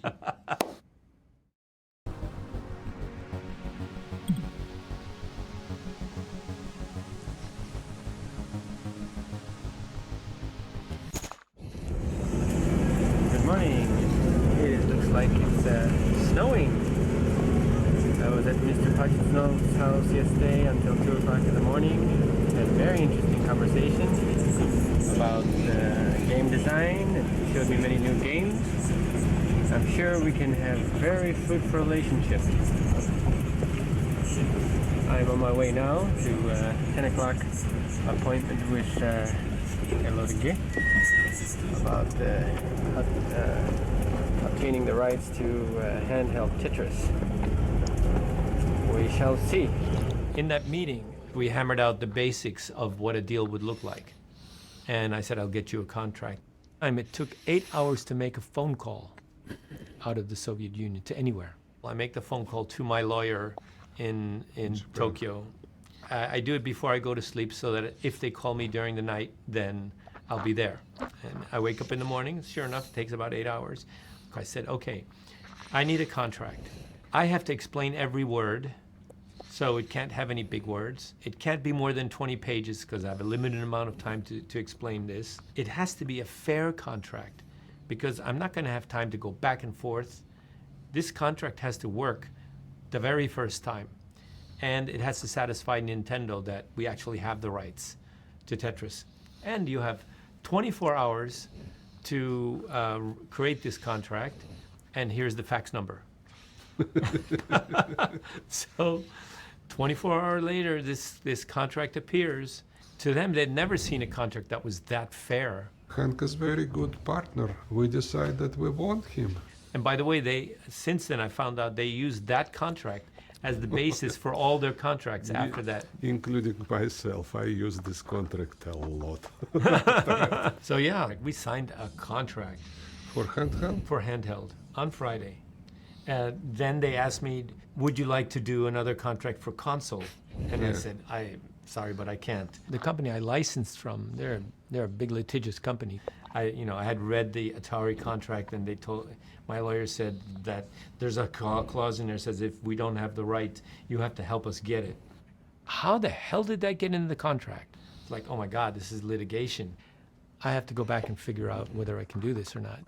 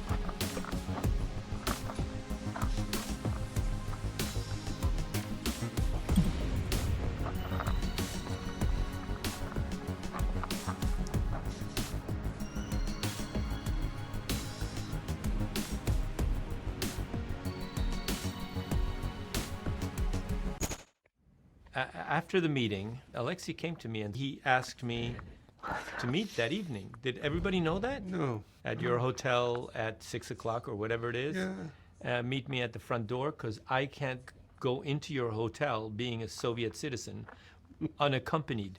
It felt a little clandestine, you know. You want to show me something important. I had brought with me a Sharp Famicom, and I had a little portable videotape player, tiny videotape, and it had a screen that had a RCA in. I wanted to show him Tetris on Nintendo. He'd never seen it. Yeah. I tried to play. I was completely disappointed because it was a wrong hand. I play with my right hand and drop with my left hand, but with the joypad. Joypad. Yeah, it was different kind of disappointment, which I politely hide. but anyway. And probably the same day, maybe next day, we went to my apartment because I was desperate to show him my other games. He was the first professional game designer I ever see in my life. So basically, it was important to at least hear his opinion. Maybe he would be interested in publishing something or whatever, but what is important, I don't know. I am out of this world. So that's why I take some kind of risk to inviting him. Saturday and Sunday, basically, we had no meetings. You took me on a tour. Today is a wonderful day. We have done most of our business. Today we are sightseeing with Mr. Pajitnov. This building like a false teeth. We are just about arriving at the Red Square. Yes. Or I should say the Kremlin. It's supposed to be 9 churches in one.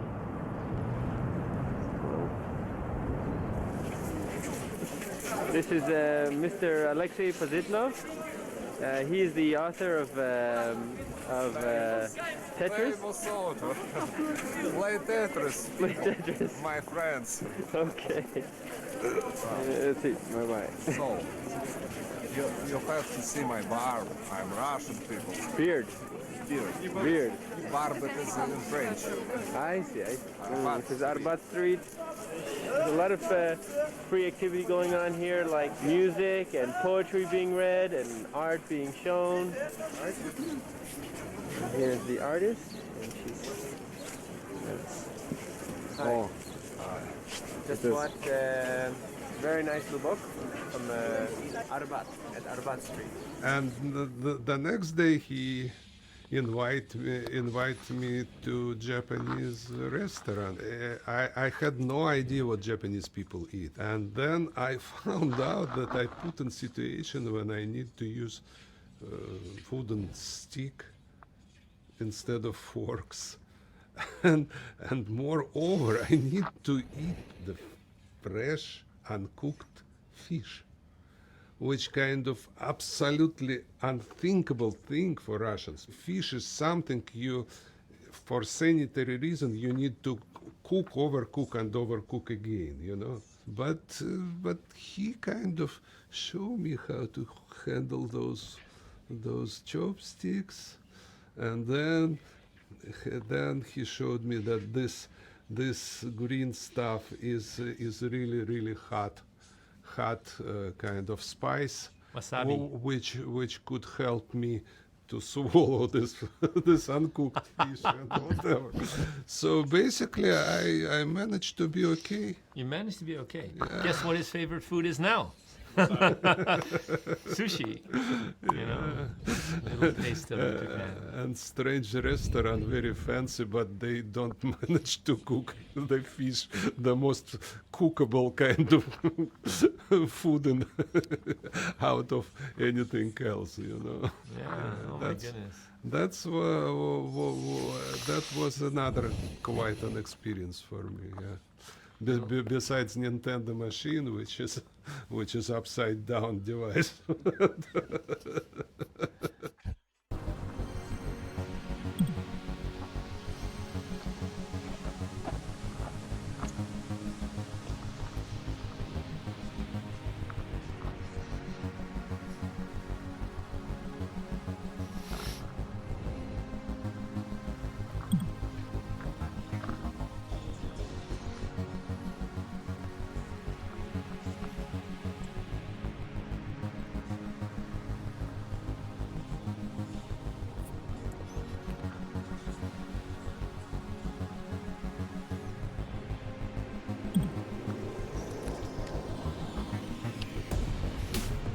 Mega Drive.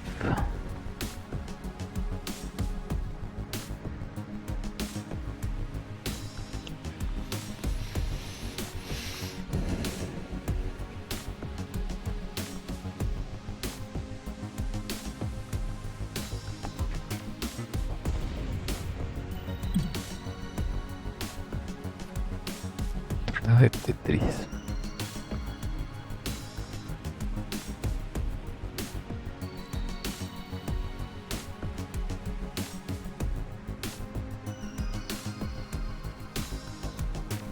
De Historia, la mierda.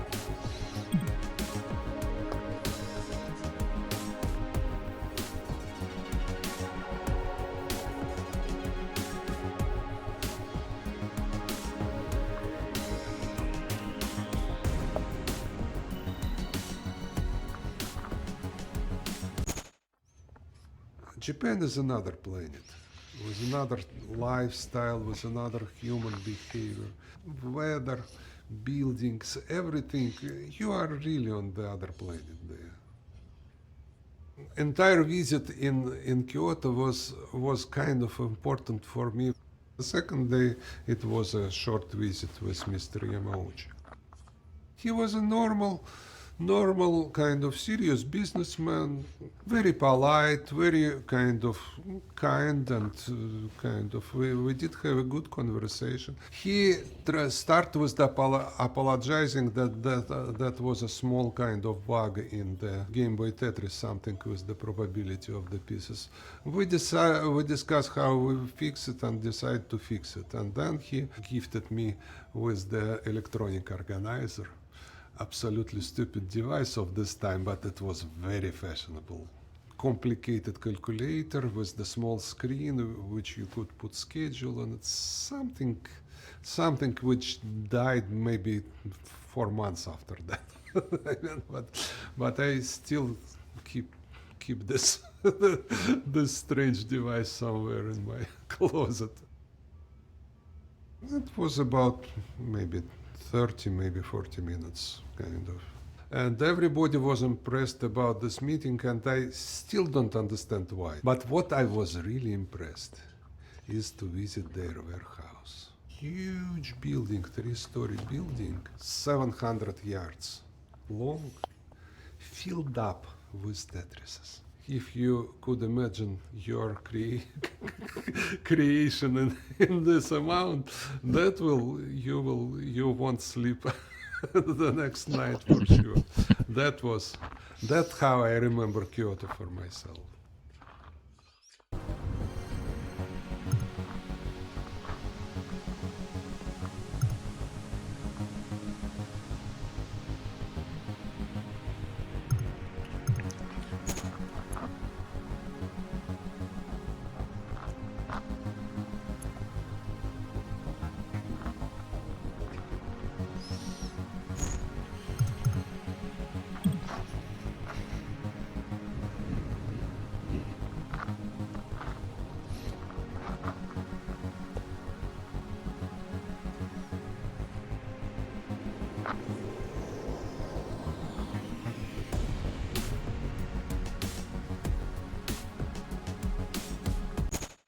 The console versions were never quite as good as the Game Boy version. I think Game Boy Tetris for me was like the game that I played the most. I think it was such a game changer, right? Because we're already playing the Famicom, like NES type games at home, but then now you can take that everywhere. I remember like going to Disneyland or going on trips, and we would have the Game Boy, we would link it up and play together. Game Boy looks for me like a device for Tetris, you know, by default. With the small screen, with the good resolution. Buttons work well, music was excellent. I did play Mario on it, but Tetris is much better on the Game Boy, at least for my opinion. People think the Game Boy version was probably the perfect game.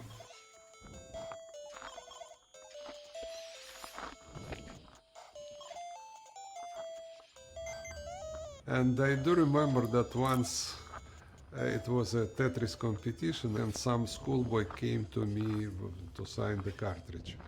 I signed and he is glued into the Game Boy.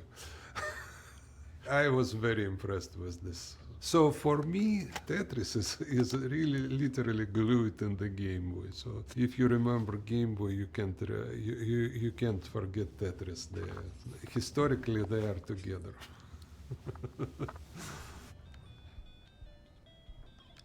The heart level, if you push the certain combination when you're booting up the game, it goes to the heart levels. And the heart levels are way faster than any other level. It's so fast that if your piece drops, you cannot reach the side higher than 4 off the bottom. So that's how fast it's going. So if you want to do a Tetris, you need to make the hole in the middle and hope that the long piece comes.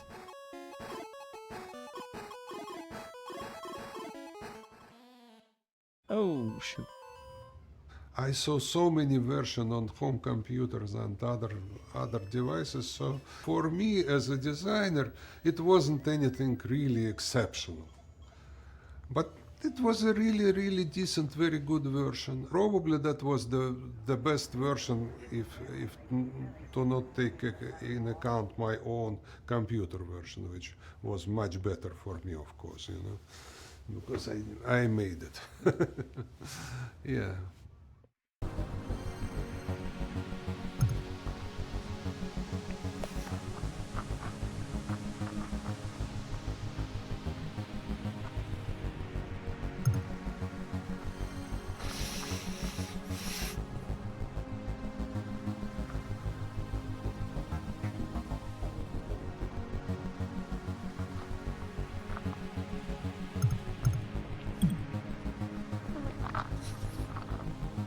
De Tengen llega a su fin. Tiene el mejor cooperativo que existe esa versión, pero es el piratón.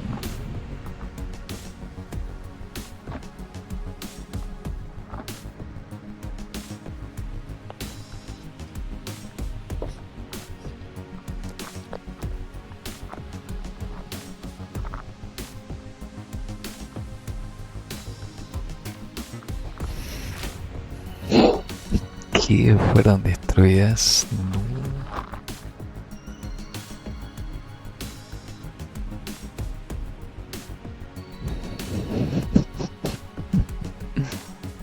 No. Dios, pobre Tetris. Tengen was going to make machucado. cartridges without paying Nintendo. They had reverse engineered the Nintendo cartridge.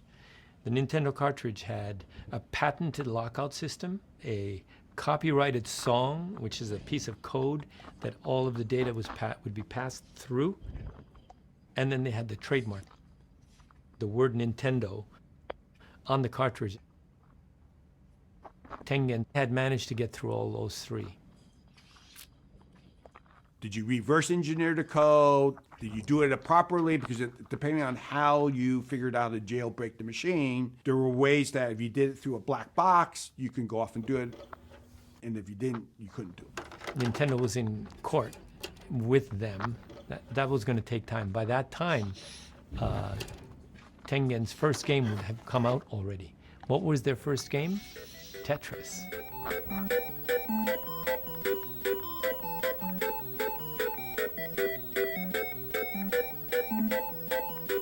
You're gonna give us a copy, yes?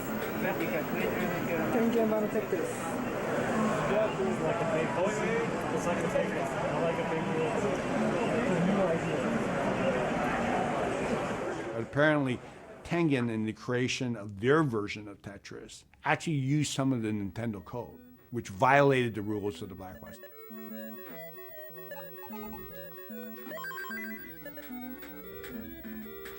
So if they could stop Tetris, that would put Tengen back a long time. So I go back to Japan, I call Arakawa, I said, this is and this and this is what's happening. He said, get us the right to Tetris. What happens when Atari Games sues me? We will protect you. Like, okay. So I found myself a month later, I'm back in the Soviet Union. I said, yeah, I'm ready to do a deal for the console rights. And do you need me to bring the president of Nintendo? And they said, yes. And they came on a clandestine mission. Everybody at Nintendo of America thought they were in Japan, but they actually flew to London and from London to Moscow. We went through a week of negotiation. So I ended up getting Nintendo the rights to console worldwide, and then they licensed back to me in Japan. So my in-laws' property stayed intact.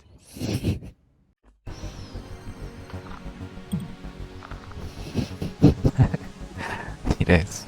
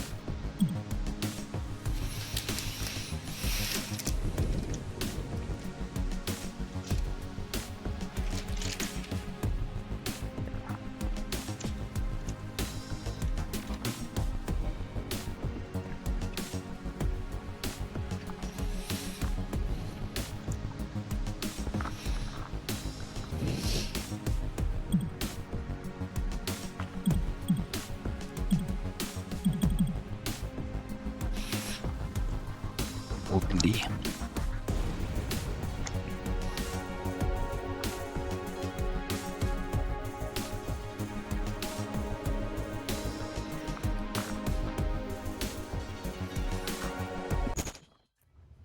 I do remember that one of my first very original game, I called it Crowd.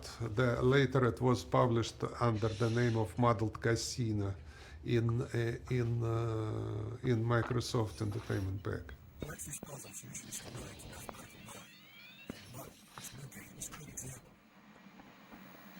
Your task is to put them away from the field from this small window. In this order, this will be first.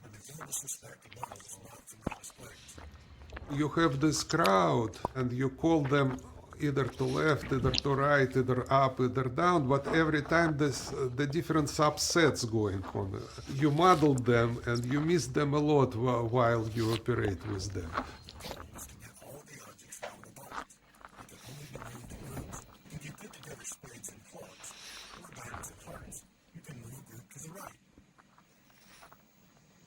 Selecting all green backgrounds or all orange ones lets you go to the left. To go up, you have to choose between circles or squares. To go down, you have to mix red and Now put the circle up. Enough? But now I want to separate that guy and bring him down. Oops, that's not a good idea, I bet. It took intense concentration to avoid getting stuck. I could see this game was geometry, logic, and strategy, all rolled into one. You made it. Yeah, okay, I got it. You see, this game is rich enough. I don't Yeah, know. it's I your like time. it very much, but maybe it's a little bit complicated. Right now, I understand why you call it muddle, because my mind's kind of a muddle right now. That was my very first, very original game which I produced. For me personally, the best kind of pleasure is the pleasure of intellectual activity. So this kind of pleasure I would like to present to my customer, to my players.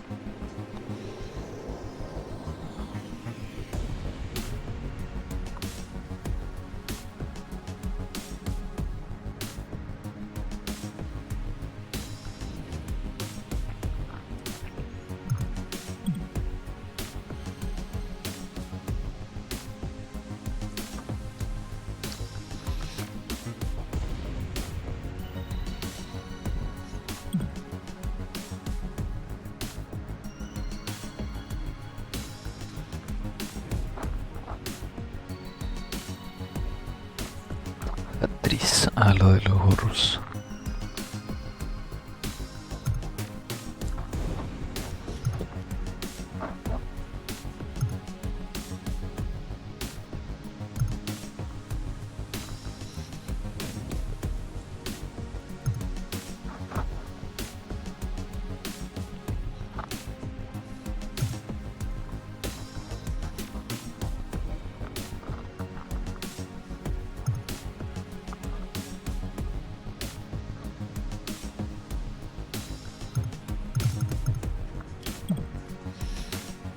Pastries.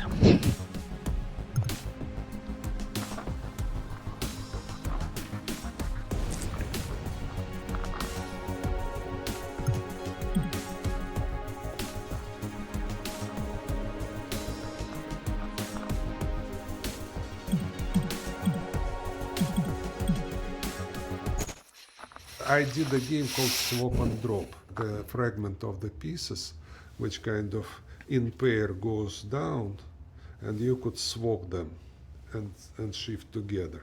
That's how it worked. And we did two different games out of it. Tetris with the heads, those heads going this way, and you need to collect the pile of 5 heads, and they have different properties. I like Tetris very well, and hand published it for Nintendo, but for Nintendo it didn't, for Famicom it didn't work very well.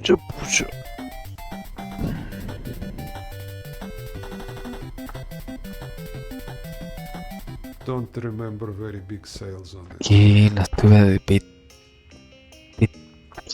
Some team did it with the faces. Spectrum Holobyte published this game. The swap and drop framework was a good framework, so it didn't take us much energy to figure out how to tweak it so that it was right. Pieces would come down, and you have to make sure a face is stacked in the right order. So you have the mouth, the nose, the eyes, and the hat. And if you don't do the face and have kind of 4 eyes, for example, that's Con tutorial o mándame captura. Complete the face that is the intended face versus a random face, different slices of different people's faces.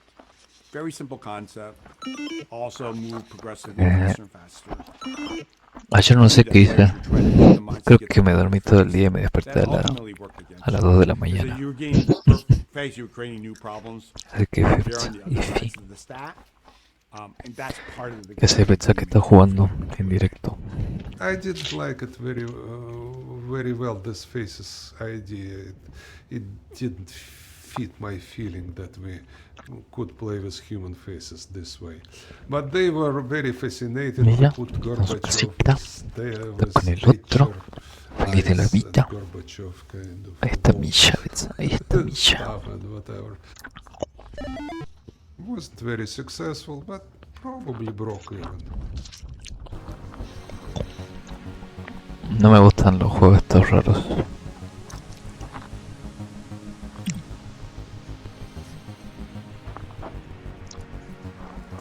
Qué raro. Va a tener que hacer en Twitch nomás. Rápido.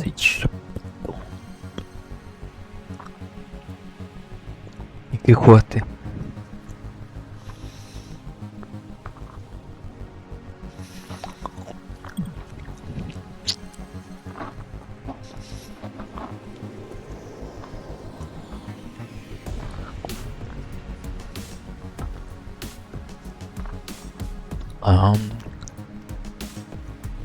Me imagino que jugaste con la gente, te pidieron jugar juntos. ¿O qué hicieron?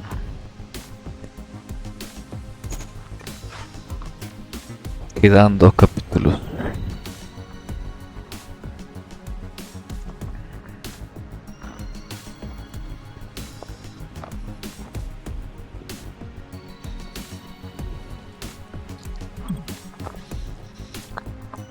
La búsqueda del Tetris 2.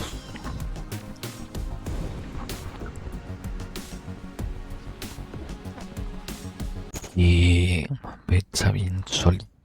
When a new platform comes ¿Cómo out, fue eso? or ¿Cómo fue when the old posible games, eso? you know, everybody has it already. What do you do as Mira a todas las front? versiones que hay Here ahorita. we are playing one proposal for Vi a un par que me gustaron, pero las tengo ahí guardadas. Tetris 2. And it's Creo que quite me gusta el different from, clásico nomás. El que no cambia anything mecánicas. that I've played. The fact that I can't stop playing is a good sign.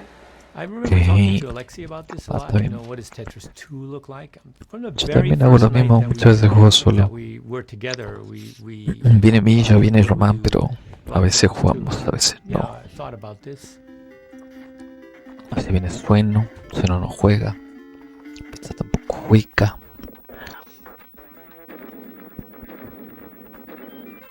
Lo normal.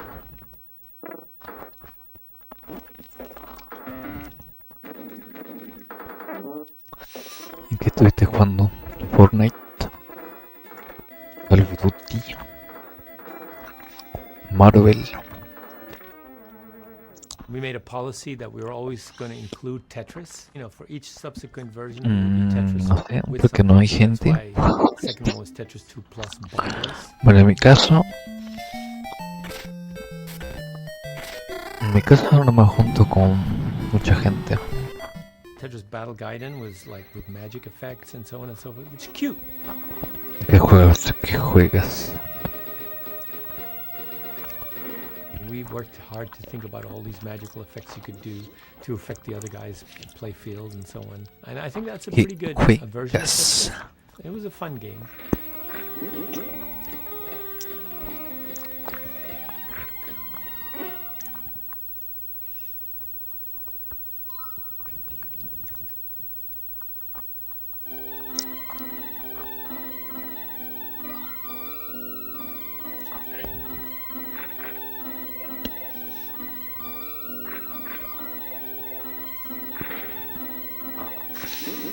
Así también me pasó.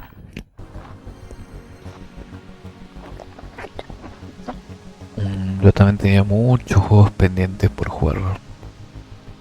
Pero bueno, ahora los jugaré o solo, o con mis amigos, o solo. Pero no pasa nada.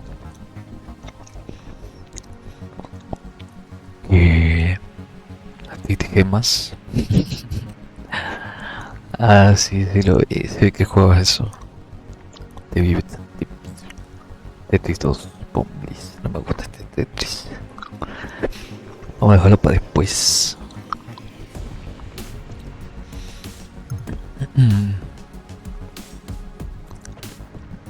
Creado por fans. Ojo. Ya hay video. Ah, ya está. A ver. Recién juega Tetris. Si recuerda Picto. La ciencia lo dice.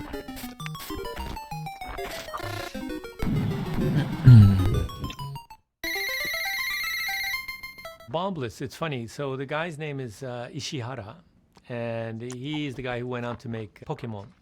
That's the guy. On my second trip to Moscow with Arakawa and Lincoln, who do we meet in the lunchroom of the hotel? Ah, la But it's mierda. Ishihara. Qué raro. What the hell is he doing here? He was Bueno, there yo before tengo el fishing for Tetris ese que me rice. He had regalaste. created Bombless. Y hay que ver si funciona en tu PC. Porque ya descubrí una forma de poder pasártelo para que juegues también. Pero no sé si tu PC lo vaya a aguantar. Ese juego es pesado. No tanto, pero sí. And that's what he ended up doing. We analyzed the game. The game was definitely a Tetris knockoff. According to the law, I could have just published Bombless without paying him anything. Revienta entonces. Like, I don't know, $1 a unit or something like that. No le va a costar el Tetris ese que yo tengo entonces. Pero lo podemos intentar algún día.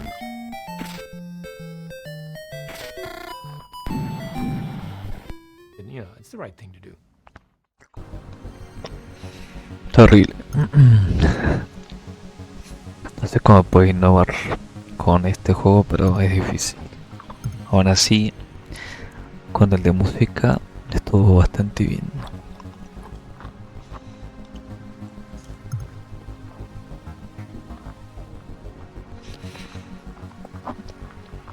¿Qué tal? ¿Funcionó?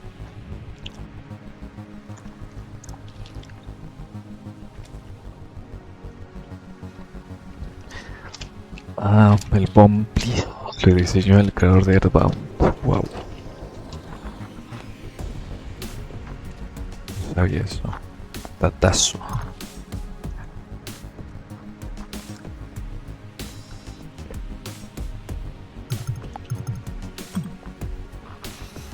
Super Tetris.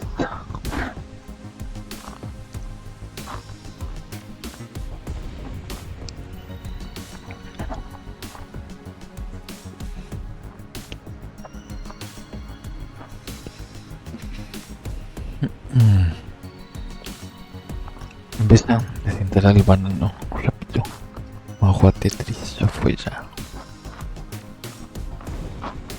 Es que necesitamos hacer 3 y la PC de Misha no funciona. Y Román no está. Así que no se puede. Y Morputo no quiere jugar a nada que no sea Pokémon. Así que con ese no contamos. Beautiful windward side of Hawaii. Vamos a Hawaii, Isn't this rápido. lovely? Hank and I and Alexi would get together in Hawaii, and we would hang out at Sí, creo que es su última semana. Supongo que sí vendrá. ¿Qué quieres jugar? brainstorming different designs, and so we're trying to figure out how to go back to the original Tetris and make it super. The first concept was, rather than start with a clear well, we start with a messy well. ¿Qué es?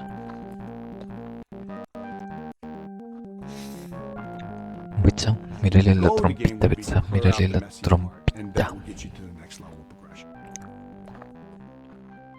And so we came up with this idea of having bombs. De los monos, el overcooked mejor. Bicha, el elefante rápido. Bombs was a digger. Pieces Sí, were prefiero el builders. overcooked antes que el Same mono ese scoring de mierda. mechanisms of making up Porque me lines. falta gente. That became Super Tetris. Yo creo que lo tengo ahí descargado todavía. Así que Alexi and después myself worked que really suene hard esa to get foto. that game. That game. What the fuck. Nueva superpotencia mundial.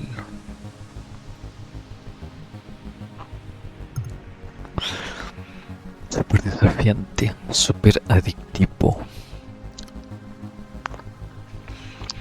Que vale, Betsa. Aprovecha el jueguito.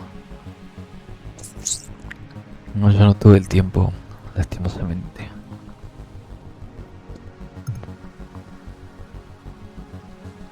La hoja de venta de Super Tetris.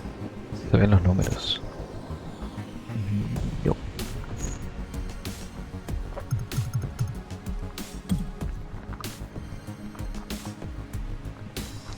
Ay.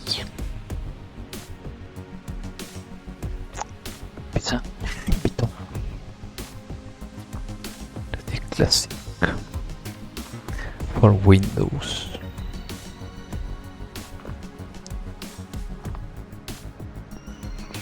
Opciones multijugador como batallas en línea. Ojo, el primer versus. Según esto, este es el primer versus online.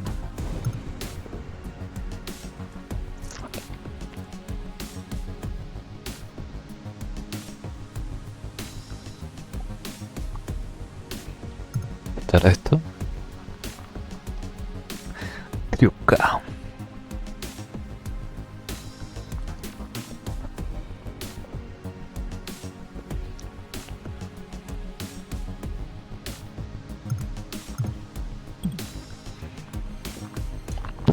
Esta es la onda.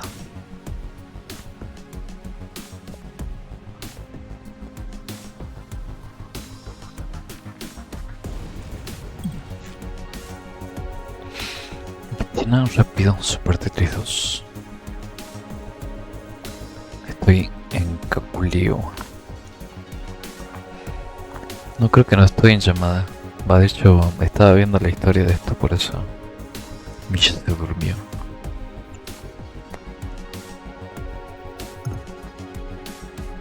Super Tetris 2.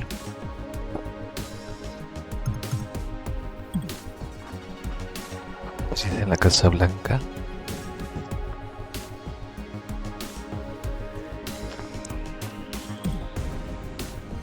Leticia en el espacio. Bueno. Y esto.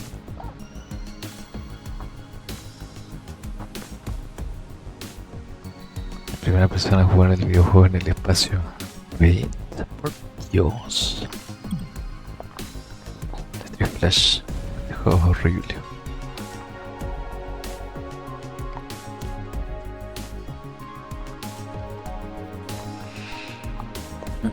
Haciendo grupos de colores para despejar el tablero.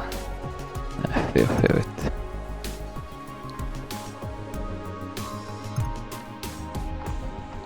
Notas de prensa de Tetris. Tetris Gold.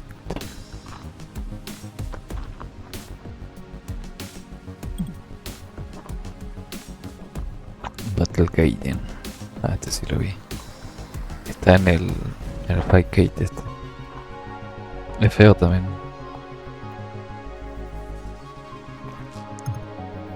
Ah, cierto, el de Disney, que es Versus.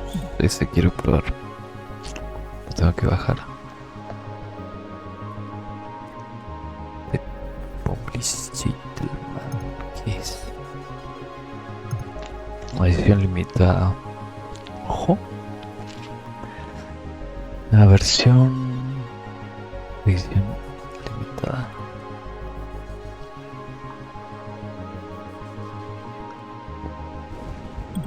Ah, este también está en el 5K Super Tetris 3.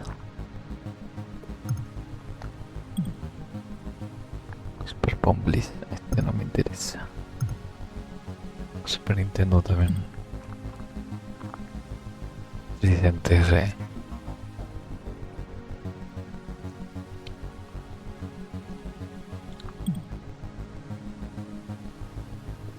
Company.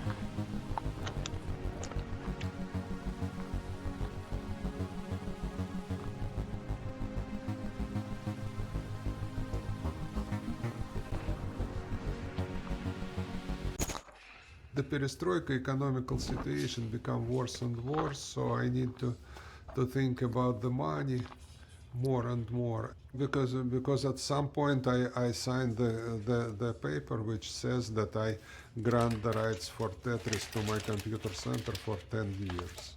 1985 to 1995, Elorg was going to be the agent for the computer center for Academy Soft. Those documents all said that all the rights revert to Alexei at the end of 1995. Well, Nintendo made money, and we made some money, and Hank made some money, right? None of the money actually got to Alexei. In 93 is when he asked me to help him, because he said, come 1995, they're just going to try to take the game from me. So let's make a deal. And we shook hands on a deal. And my lawyer said, oh, Alexei needs a lawyer. And then I said, Alexei, you need a lawyer. And he says, I don't need a lawyer. He said, if I get a lawyer, your lawyer will fight with my lawyer, your lawyer will win, and I'll be in a worse position than I am now. I'm just going to trust you. You take care of it. That deal is still alive today. So, at the end of the day, Hank never abandoned Alexei. We've never had a dispute between me and Alexei. Starting with a handshake in 1993. Oh my gosh, that's 30 years. He made sure he ultimately got his payday. I gotta say, you know what? The smartest thing you ever did is he entered Tetris into a computer game contest, and he got second prize, second best game. But the point is that it had the copyright Alexei Pajitnov. So then he established copyright publicly at that event. Yeah. Smart guy.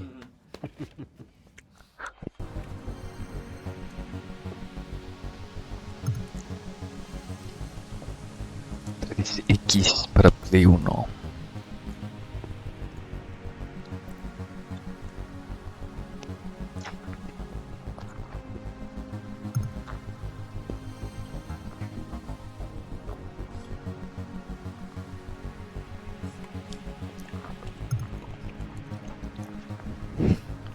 Junior. El llaverito.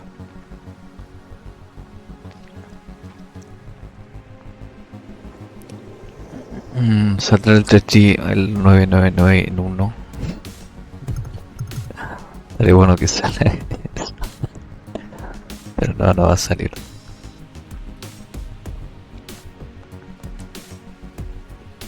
Es re pirata esa cosa.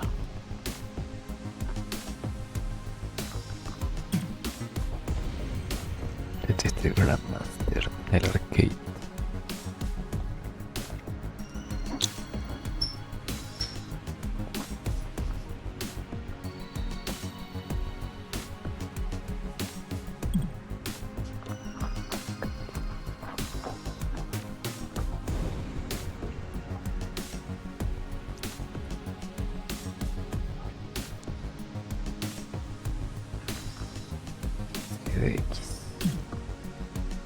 Eso.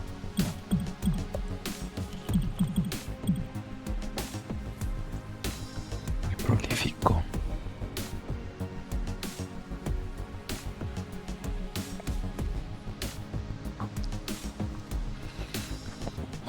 Magical Trees Challenge es el que quiero probar.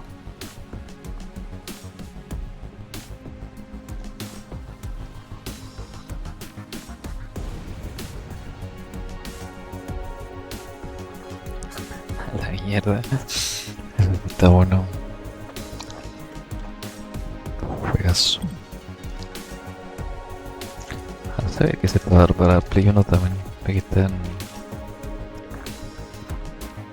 Nintendo 74 de Next.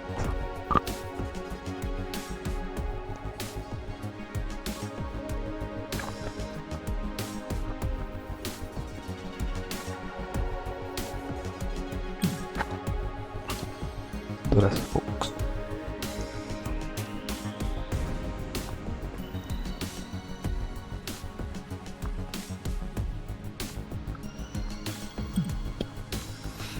Muy finito.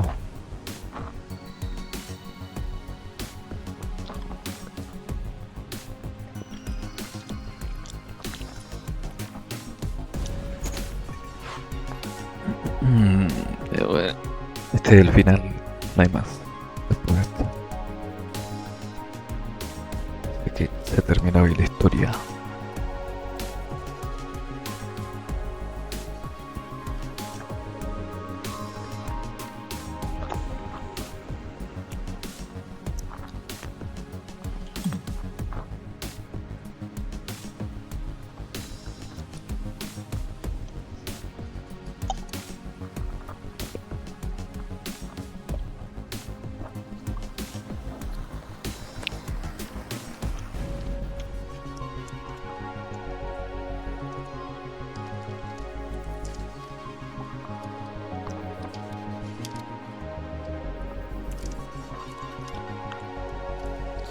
No sé qué verga es.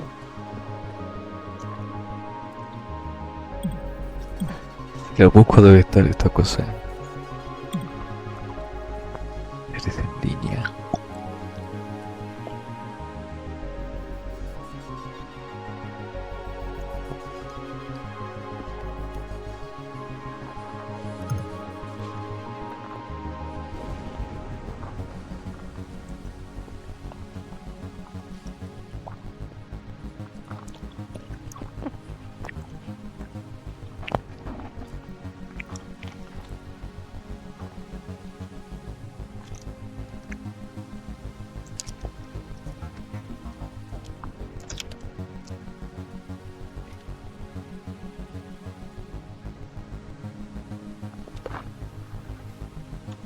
¿Cuándo?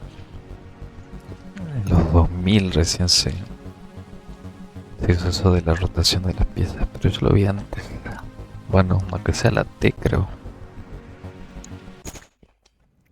When finally we took control of Tetris in 1995, and we formed the Tetris company, the first thing we did is we standardized Tetris across all platforms. We say to every licensee, says, look, your game has to be better than any other game that's come before, and yet has to contain Tetris. And so as a result, Tetris improves over time. I mean, we treated Tetris like Disney treats Mickey Mouse.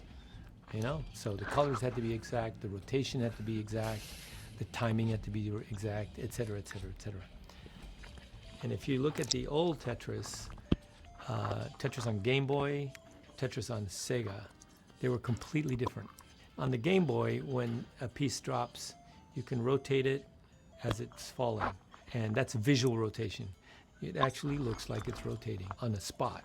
If you land the T-piece on its back, then it's stuck. There's no way you can rotate it anymore. On the Sega, if you rotate that T-piece as it's falling, it looks like it's jumping around in a little circle. It's not rotating on a spot. You can drop it, and then you can still rotate it once it's landed. It actually has to jump up to be able to rotate. On the Game Boy, you do all your thinking while the piece is falling, and on the Sega, you drop it, and then you do your thinking. It's just a different way to play the same game. So I came up with a rotation system we call it super rotation. And the way super rotation works is while it's falling, we do visual rotation, which is the Game Boy rotation. Then once the piece is landed and this doesn't work anymore, then it'll try this. And so what we did was we created a rotation system that could accept both players from both systems, because before that they couldn't cross over. They were just too different. And over time, there's something like called a T-spin, where you can do the same thing with the T-piece, and like if you put the T-piece in the right space and clear lines, then it has the same score as the Tetris, 4 line clears.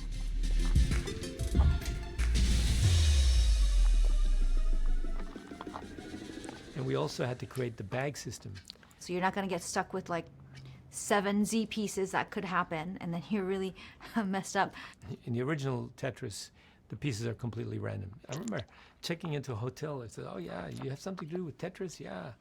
Yeah. You know, it's watching me, and it doesn't give me the eyepiece when I need it. And I said, "It's completely random." I said, "No, it's not. It's not.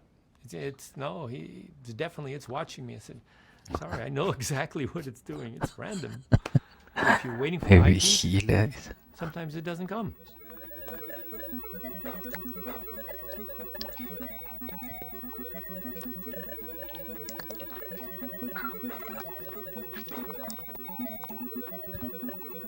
The way the bag system works is that you have 7 tetraminos. You put them in a bag, you shuffle them, and then you pay them out. Then you put them back in the bag, shuffle them again.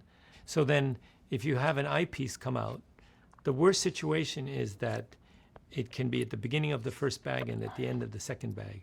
So that means, 13 pieces later, you're guaranteed to get an eyepiece. So then you can start strategizing on how you play the game versus everything is up to luck. It makes it more predictable. And so you could say that Tetris lost something, but because of the variants, we had to do it. In Tetris Worlds, we created 6 different versions of Tetris. 5 different ones. There's Tetris and then 5 variants. There were a whole bunch of things that we tried. We're here with Alexei Pajitnov looking at some of the Tetris Worlds games to see what can be done about improving them. Alexei has an opinion about everything. Some of them needed special rotation. One where if you clear a line, the pieces above fall down, and so you can get a cascade going. One of them, you made squares, 4x4 squares. You get extra points if you cleared a line that had part of a square in it. In order to do that, we needed to have a hold piece, because there's no way you can actually get enough pieces. You would have to wait 2 cycles for that piece to come back. The bag system, it kind of stuck in there. I'm kind of like now, we're having second thoughts because we're back to original Tetris. Why need the bag system? You could do a bigger bag, maybe a double bag, in which case you could have an eye, or just no bag.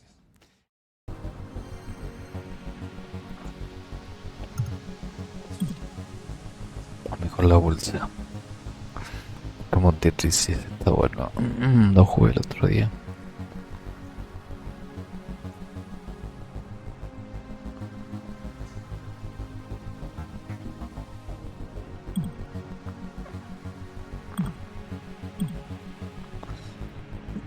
Blue lava wireless.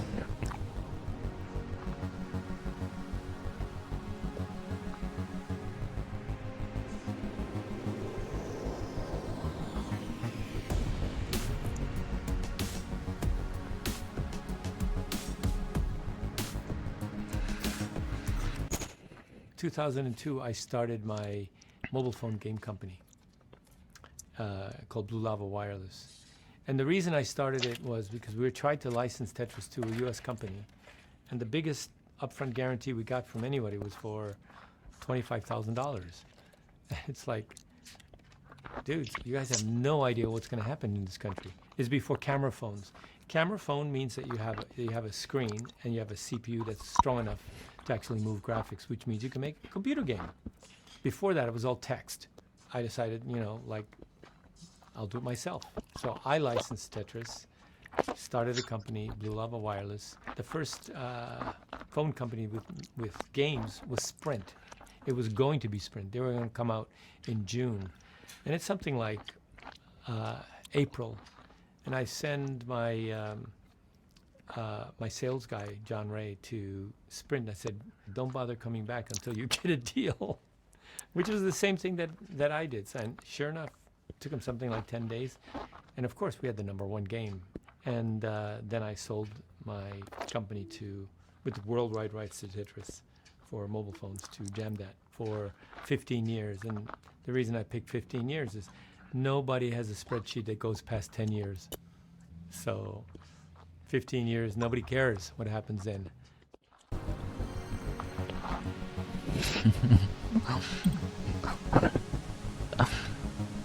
Esa wea, una referencia.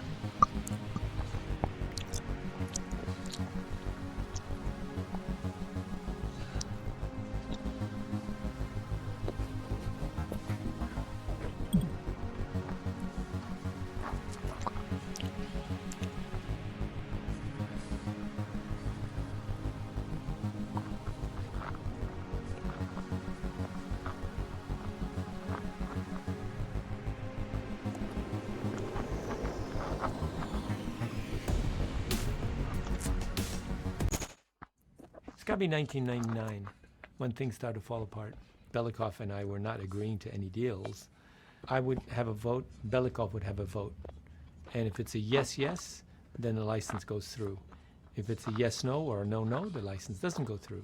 My advisor says, buy him out.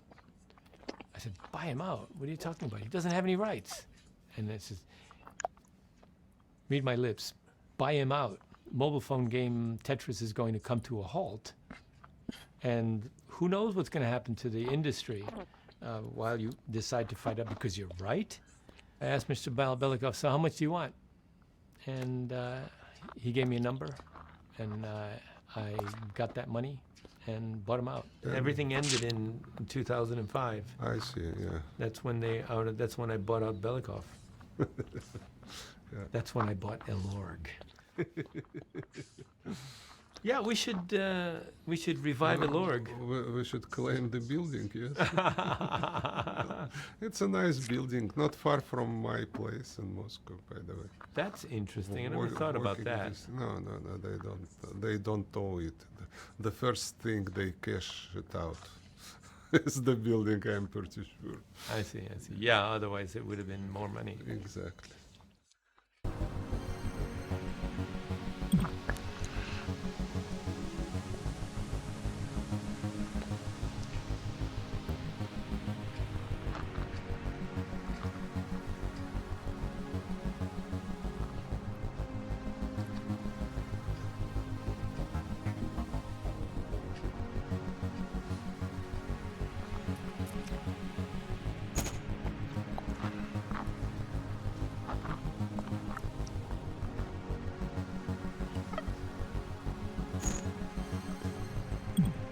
Tetris Online.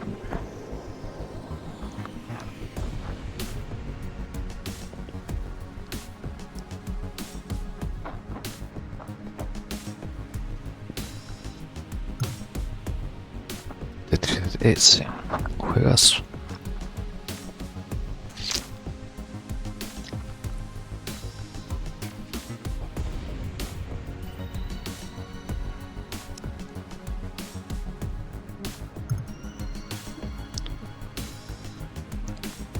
Dice la rueda de clic. No sabía que estaba en esa garcha, Dios.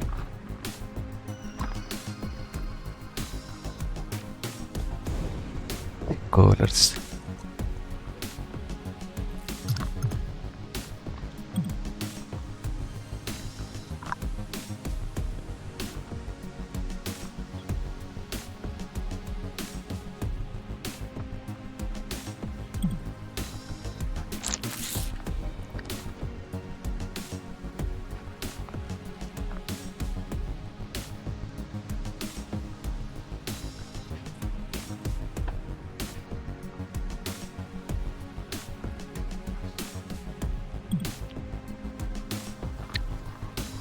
App Store.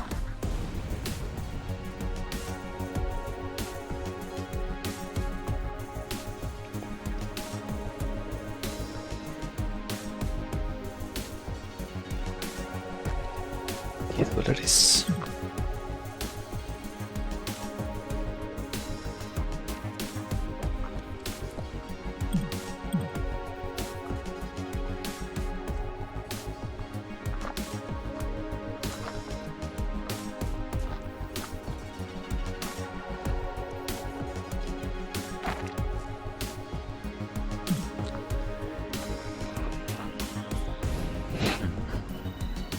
¿Qué es eso?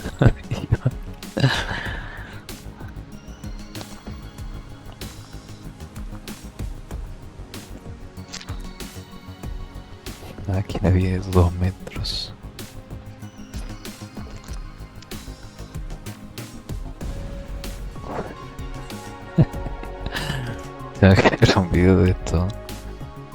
Jamás vi esa máquina en ningún arcade de Japón. Debe ser re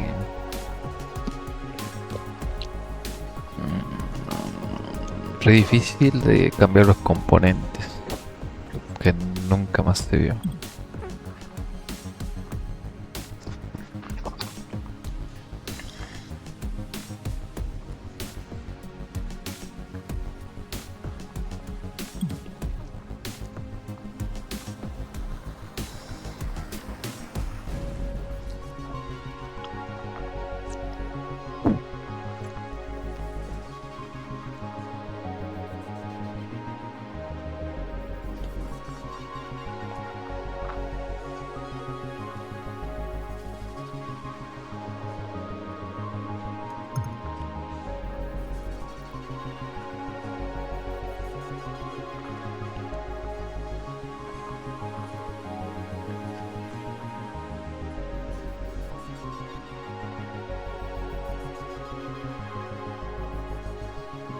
Dios, ganar 6 años seguidos, no cualquiera.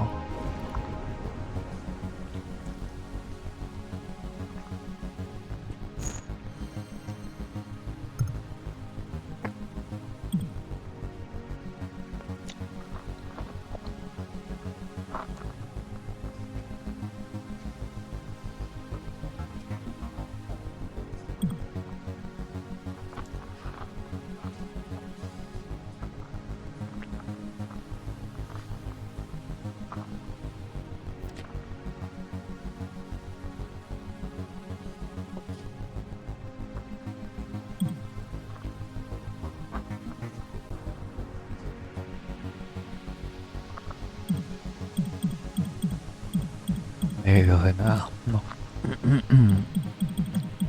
Por historia.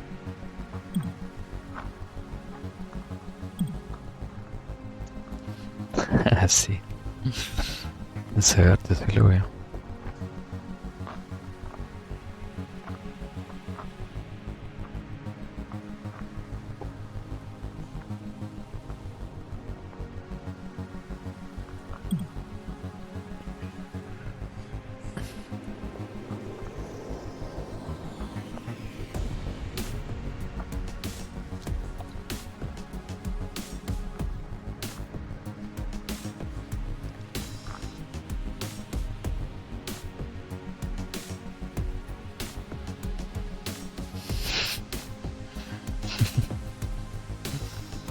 Dios.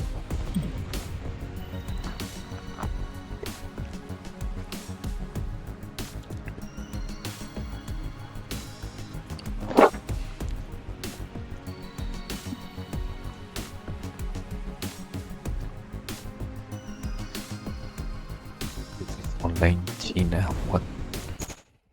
I grew up around video games in Japan, and my parents were in video games, and that really affected me, right, as a child. When she was 15, I asked her, so what do you want to be when you grow up?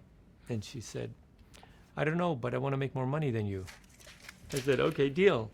I'll take care of you now, and when I get old, you make more money than me, then you take care of me. I'll go and play golf. Right after college, I went to work for a big company because my mom wanted me to go work for a big company. It's what we do, Japanese people. So I went to work at American Honda. So there I was working on physical cars. And then my dad would come into town for different video game events. I knew Ken Kutaragi at the time, and I introduced him at Sony Party at E3. You know, they had the big Sony parties. And I met a producer there and basically kind of got poached to go work for him. The first game I worked on was Gran Turismo 4. And so I went from working on physical cars to working on virtual cars. And I just remember the first day coming into Sony PlayStation and sitting at my desk, I just felt like, wow, this is where I need to be. And so I worked at PlayStation for a few years, and I went back to get my MBA. She went and got her master's, which I never did. My dad, at 52, he had a heart attack. He had a major heart attack and almost died. And I wanted to work with him. I wanted to learn from him. I worked for my father, and I hated it. He never did any accounting. He never paid any taxes. He never listened to me. I wanted to do things properly. I wanted to create a system for it. He wouldn't have it. When he eventually died, nobody knew what was going on. The business evaporated. So I told my kids, I have 4 kids, I don't want you working for me. I don't need you to work for me because I had a bad relationship with my dad working with him. I'm not forbidding it. I'm just not suggesting it. If you end up working for me and we somehow don't get along as a family, you're fired. Because, I can always hire somebody with your talents, but I can't get another family member. That's a limited resource. So under those conditions, Maya joined the company anyway. And so that was probably 15 years ago that I came and joined the family business officially. The business that my parents had was called Bulletproof Software. That was BPS growing up. That's what I remember.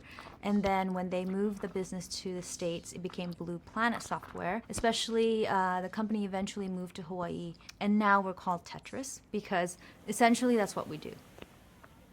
The reason why we're based in Hawaii is because we have family roots here. This is where my parents met when they were in university. And this is really home for us.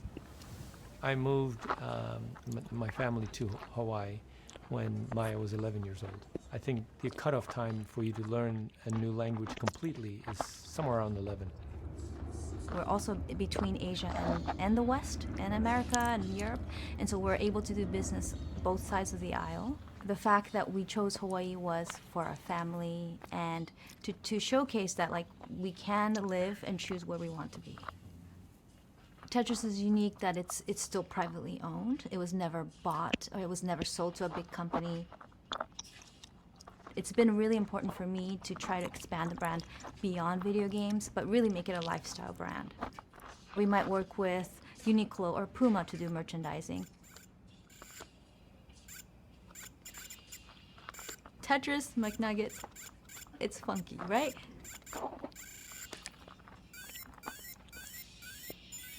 We really didn't know the culture phenomena that it was gonna have. That's a perfect example of I wasn't crazy about it, but let's try it out. So anything that touches the brand, we manage. We always consult with Hank and Alexi. That means that time is up or something like that. Oh no, oh! They own the game together, so everything that we do that's major to the brand, especially when it comes to game design and moving things forward, we do get them involved. She was made to be the boss.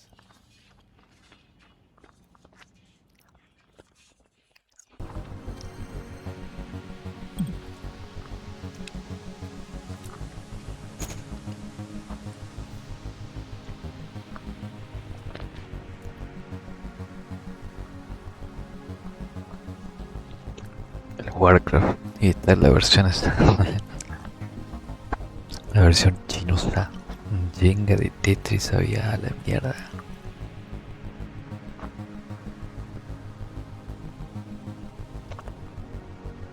Ay, ok.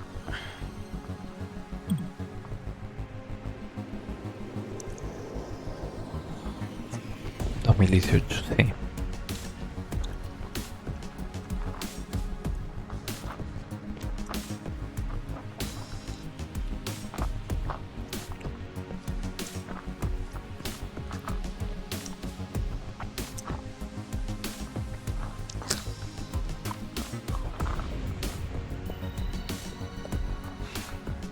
Juegas. So Vamos al my final. story goes back to 2001. I was in Sega.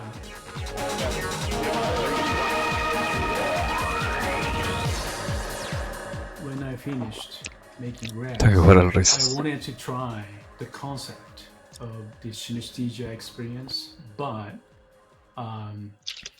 the puzzle game. So soon after I left Sega, I went to Hank for advice. I'm thinking the concept, new game design concept, like Tetris meets Res. Hank's reaction was, "Oh, that's fantastic idea." So, but that was a licensing issue. He was like, "We should work together in the future." So we decided to make the new game at the launch title for PSP. So that was really nice.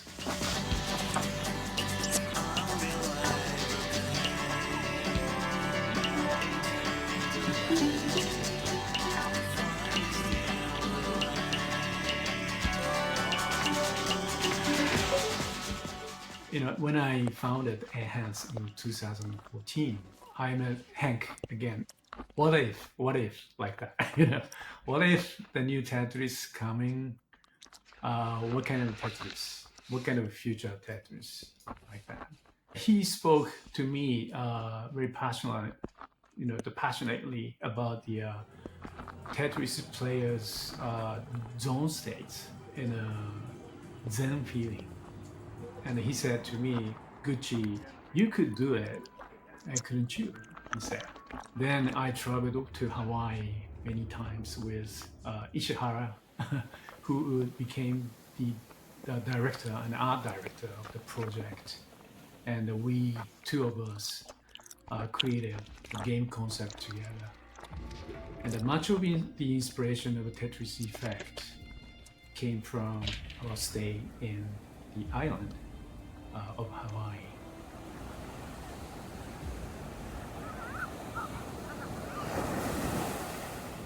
When I think about the idea of Tetris effects, my past experience, like I love to watch Tetris in arcade. I love to watch and I love to feel that kind of atmosphere. If the people watching this game around, how can we move them?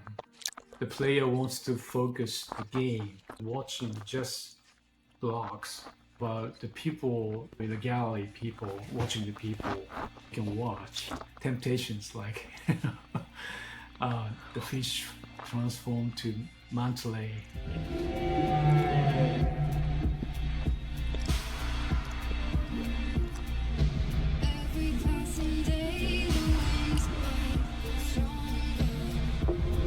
And well.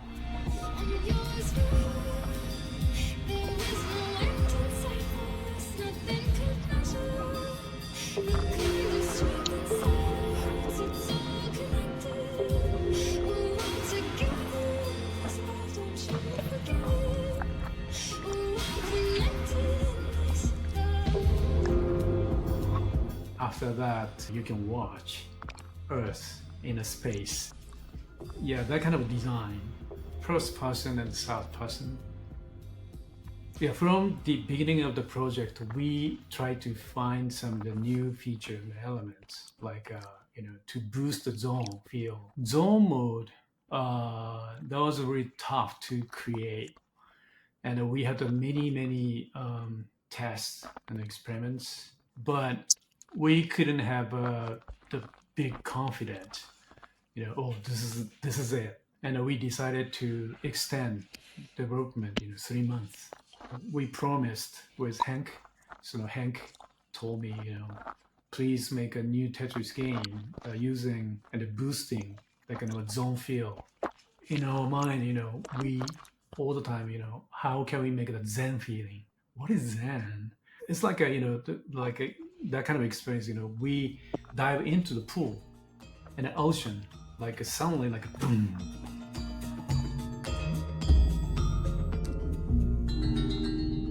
The time stopped and the sound disappeared. So no place, no time. Then how many lines you can make?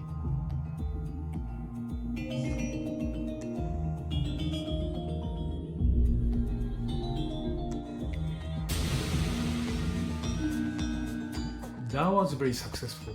And finally we could find, this is it.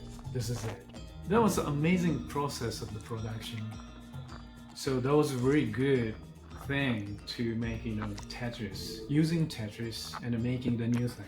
That was a very fantastic project to me. Juegas 99. Lo vi. Sí me llamó la atención apenas salió. Era porque la gente no jugaba bien, jugaban normal, pero ahora ya es una locura.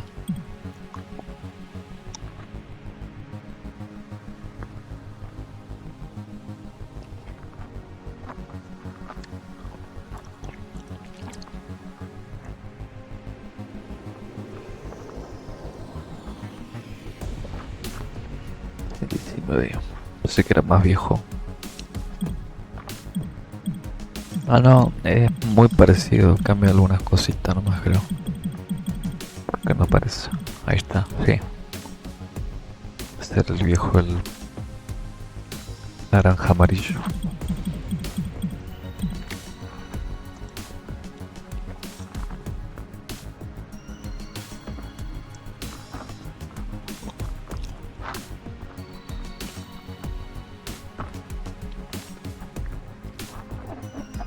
De Genesis Mini.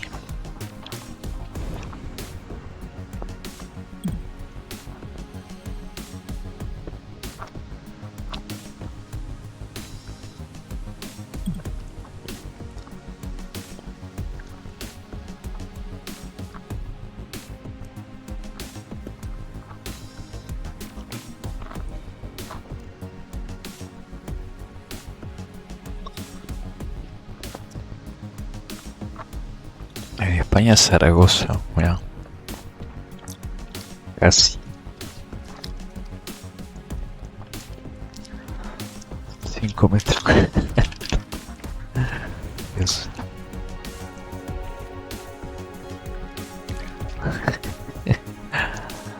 Que igual yo el juego es chiquito, pero tiene su coseña.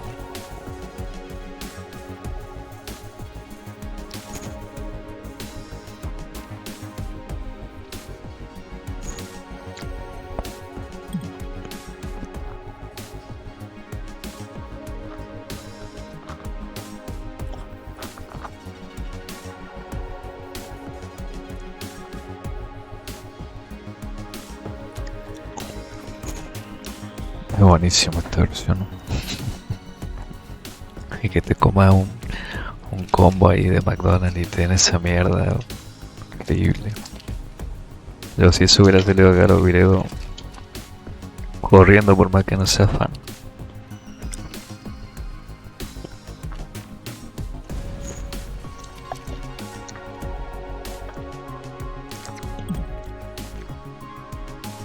Película.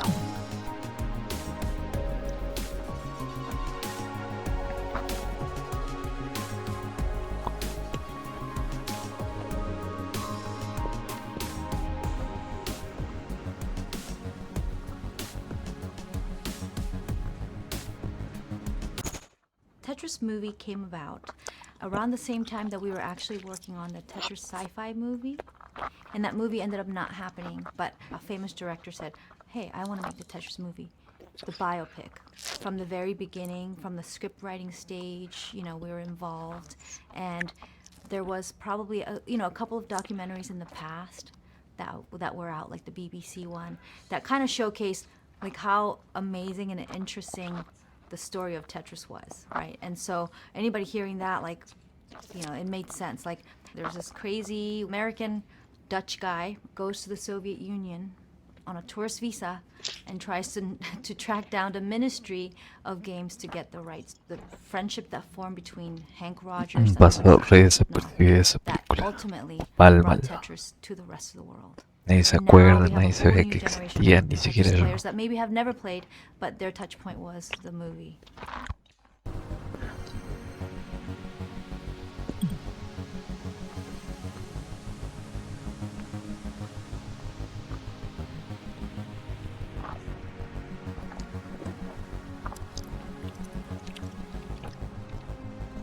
Acierta el pendejo.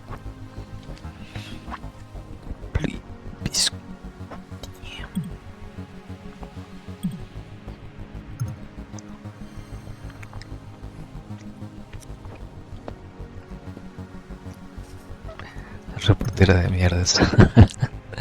Creo que todo recuerda más a la vieja puta esa, más que el pibe.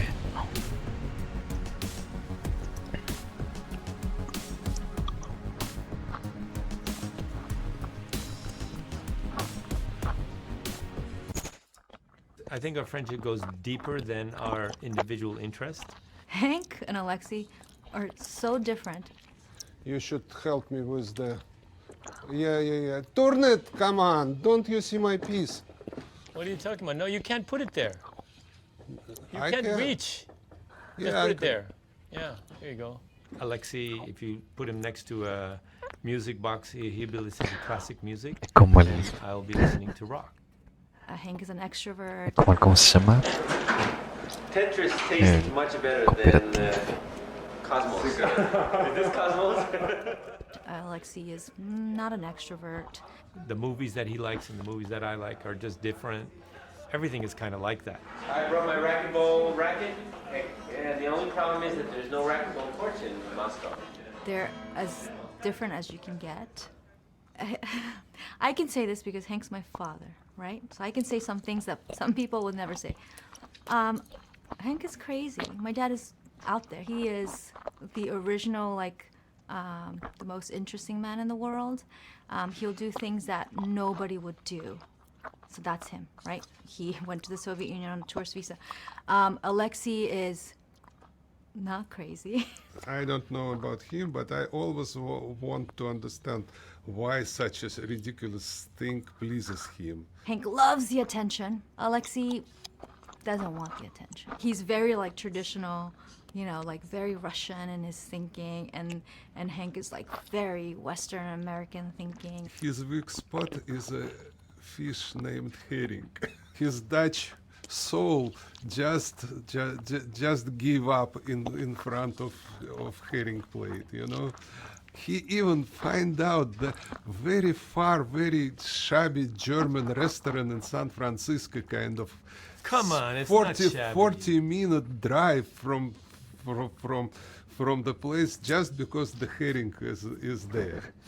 In Russian culture, it's always the cheapest fish cut in piece on the piece of newspaper, which it used to eat after vodka. So all alcoholics is their main kind of snack, lowest level possible kind of food. My favorite sushi is also, the cheapest sushi. It's mackerel. It's saba. Yes. And so that's almost herring. It's like the cheapest. But they have this common bond, this common language, and they completely have this trust in each other. But we did the high school boys trip to Europe, the two of us, meaning we got Eurail passes. We just landed in Amsterdam. He likes to plan things and have everything decided, and I like to just adventure. Let's get on the train, see where it takes us. To reduce the stress, he would get one day, and then I would get one day, and so we took turns. And on the day that it was his turn, he would figure out where we're going to stay, get the whole itinerary planned, and we would follow that itinerary. When it was me, let's get on the train. When we get there, we'll figure out where we're going to stay. Yeah, wonderful trip. Yeah, it was great, actually. They're both brilliant, but their personalities are so different, right? If we're in the same jurisdiction, in the same city, every other day, bottle of wine, dinner, and we have this tradition. So, is it your turn or my turn? Probably mine. Yeah, mine. It's his business card cut in half, and it says Henk on it. He pays for dinner. Yeah, and give it. And then gives me the paper, and then I or have not it, forget whose turn is and it. then I pay for dinner, and I give him the piece of paper. That's how we keep track of whose turn it is to pay for dinner. Yeah. Gee, no. Oh, sorry, that's my fault. Time up. Time up. No, all right. Okay. Okay. All right. Hey, good game. Absolutely.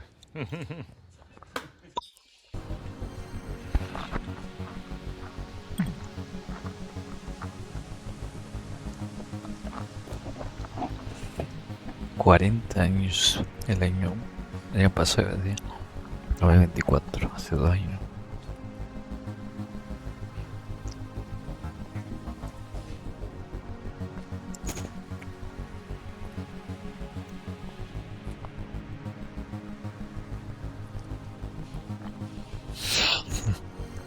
Dios. Y esto es lo último, creo. Así que lo más lo veo mañana.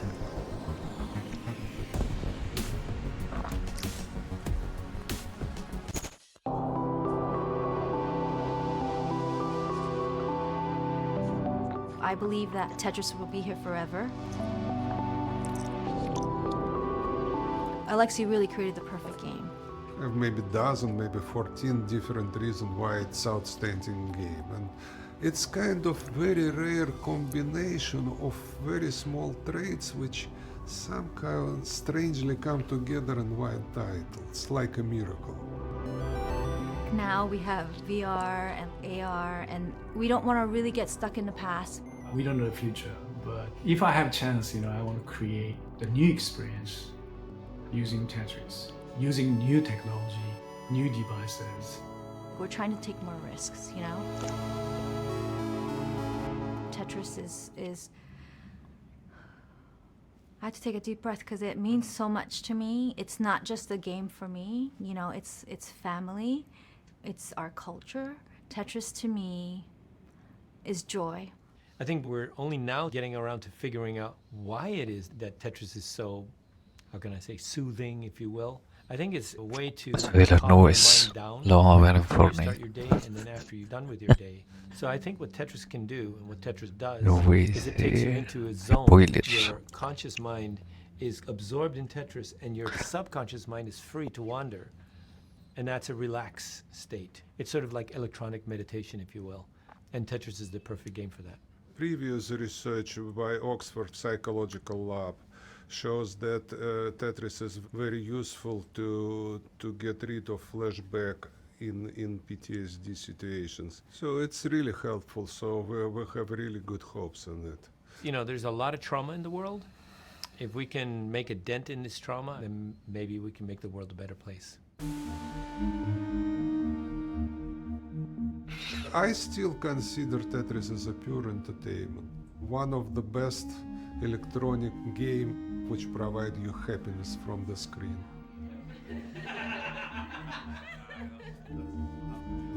We just recently had a game player beat Tetris. Oh my god! We never thought that would be possible, but that's Tetris. Some games has a really long life. Look at chess, it's about 1,000-year-old game. Tetris is the one game that's still going to be around when all the other games are gone. If we can keep providing Tetris and keep providing joy, then I will feel like I've accomplished something. That's the realization of my dream. Enjoy, play Tetris. And be ready for Tetris very soon. Sora, be ready. Boom. We got it.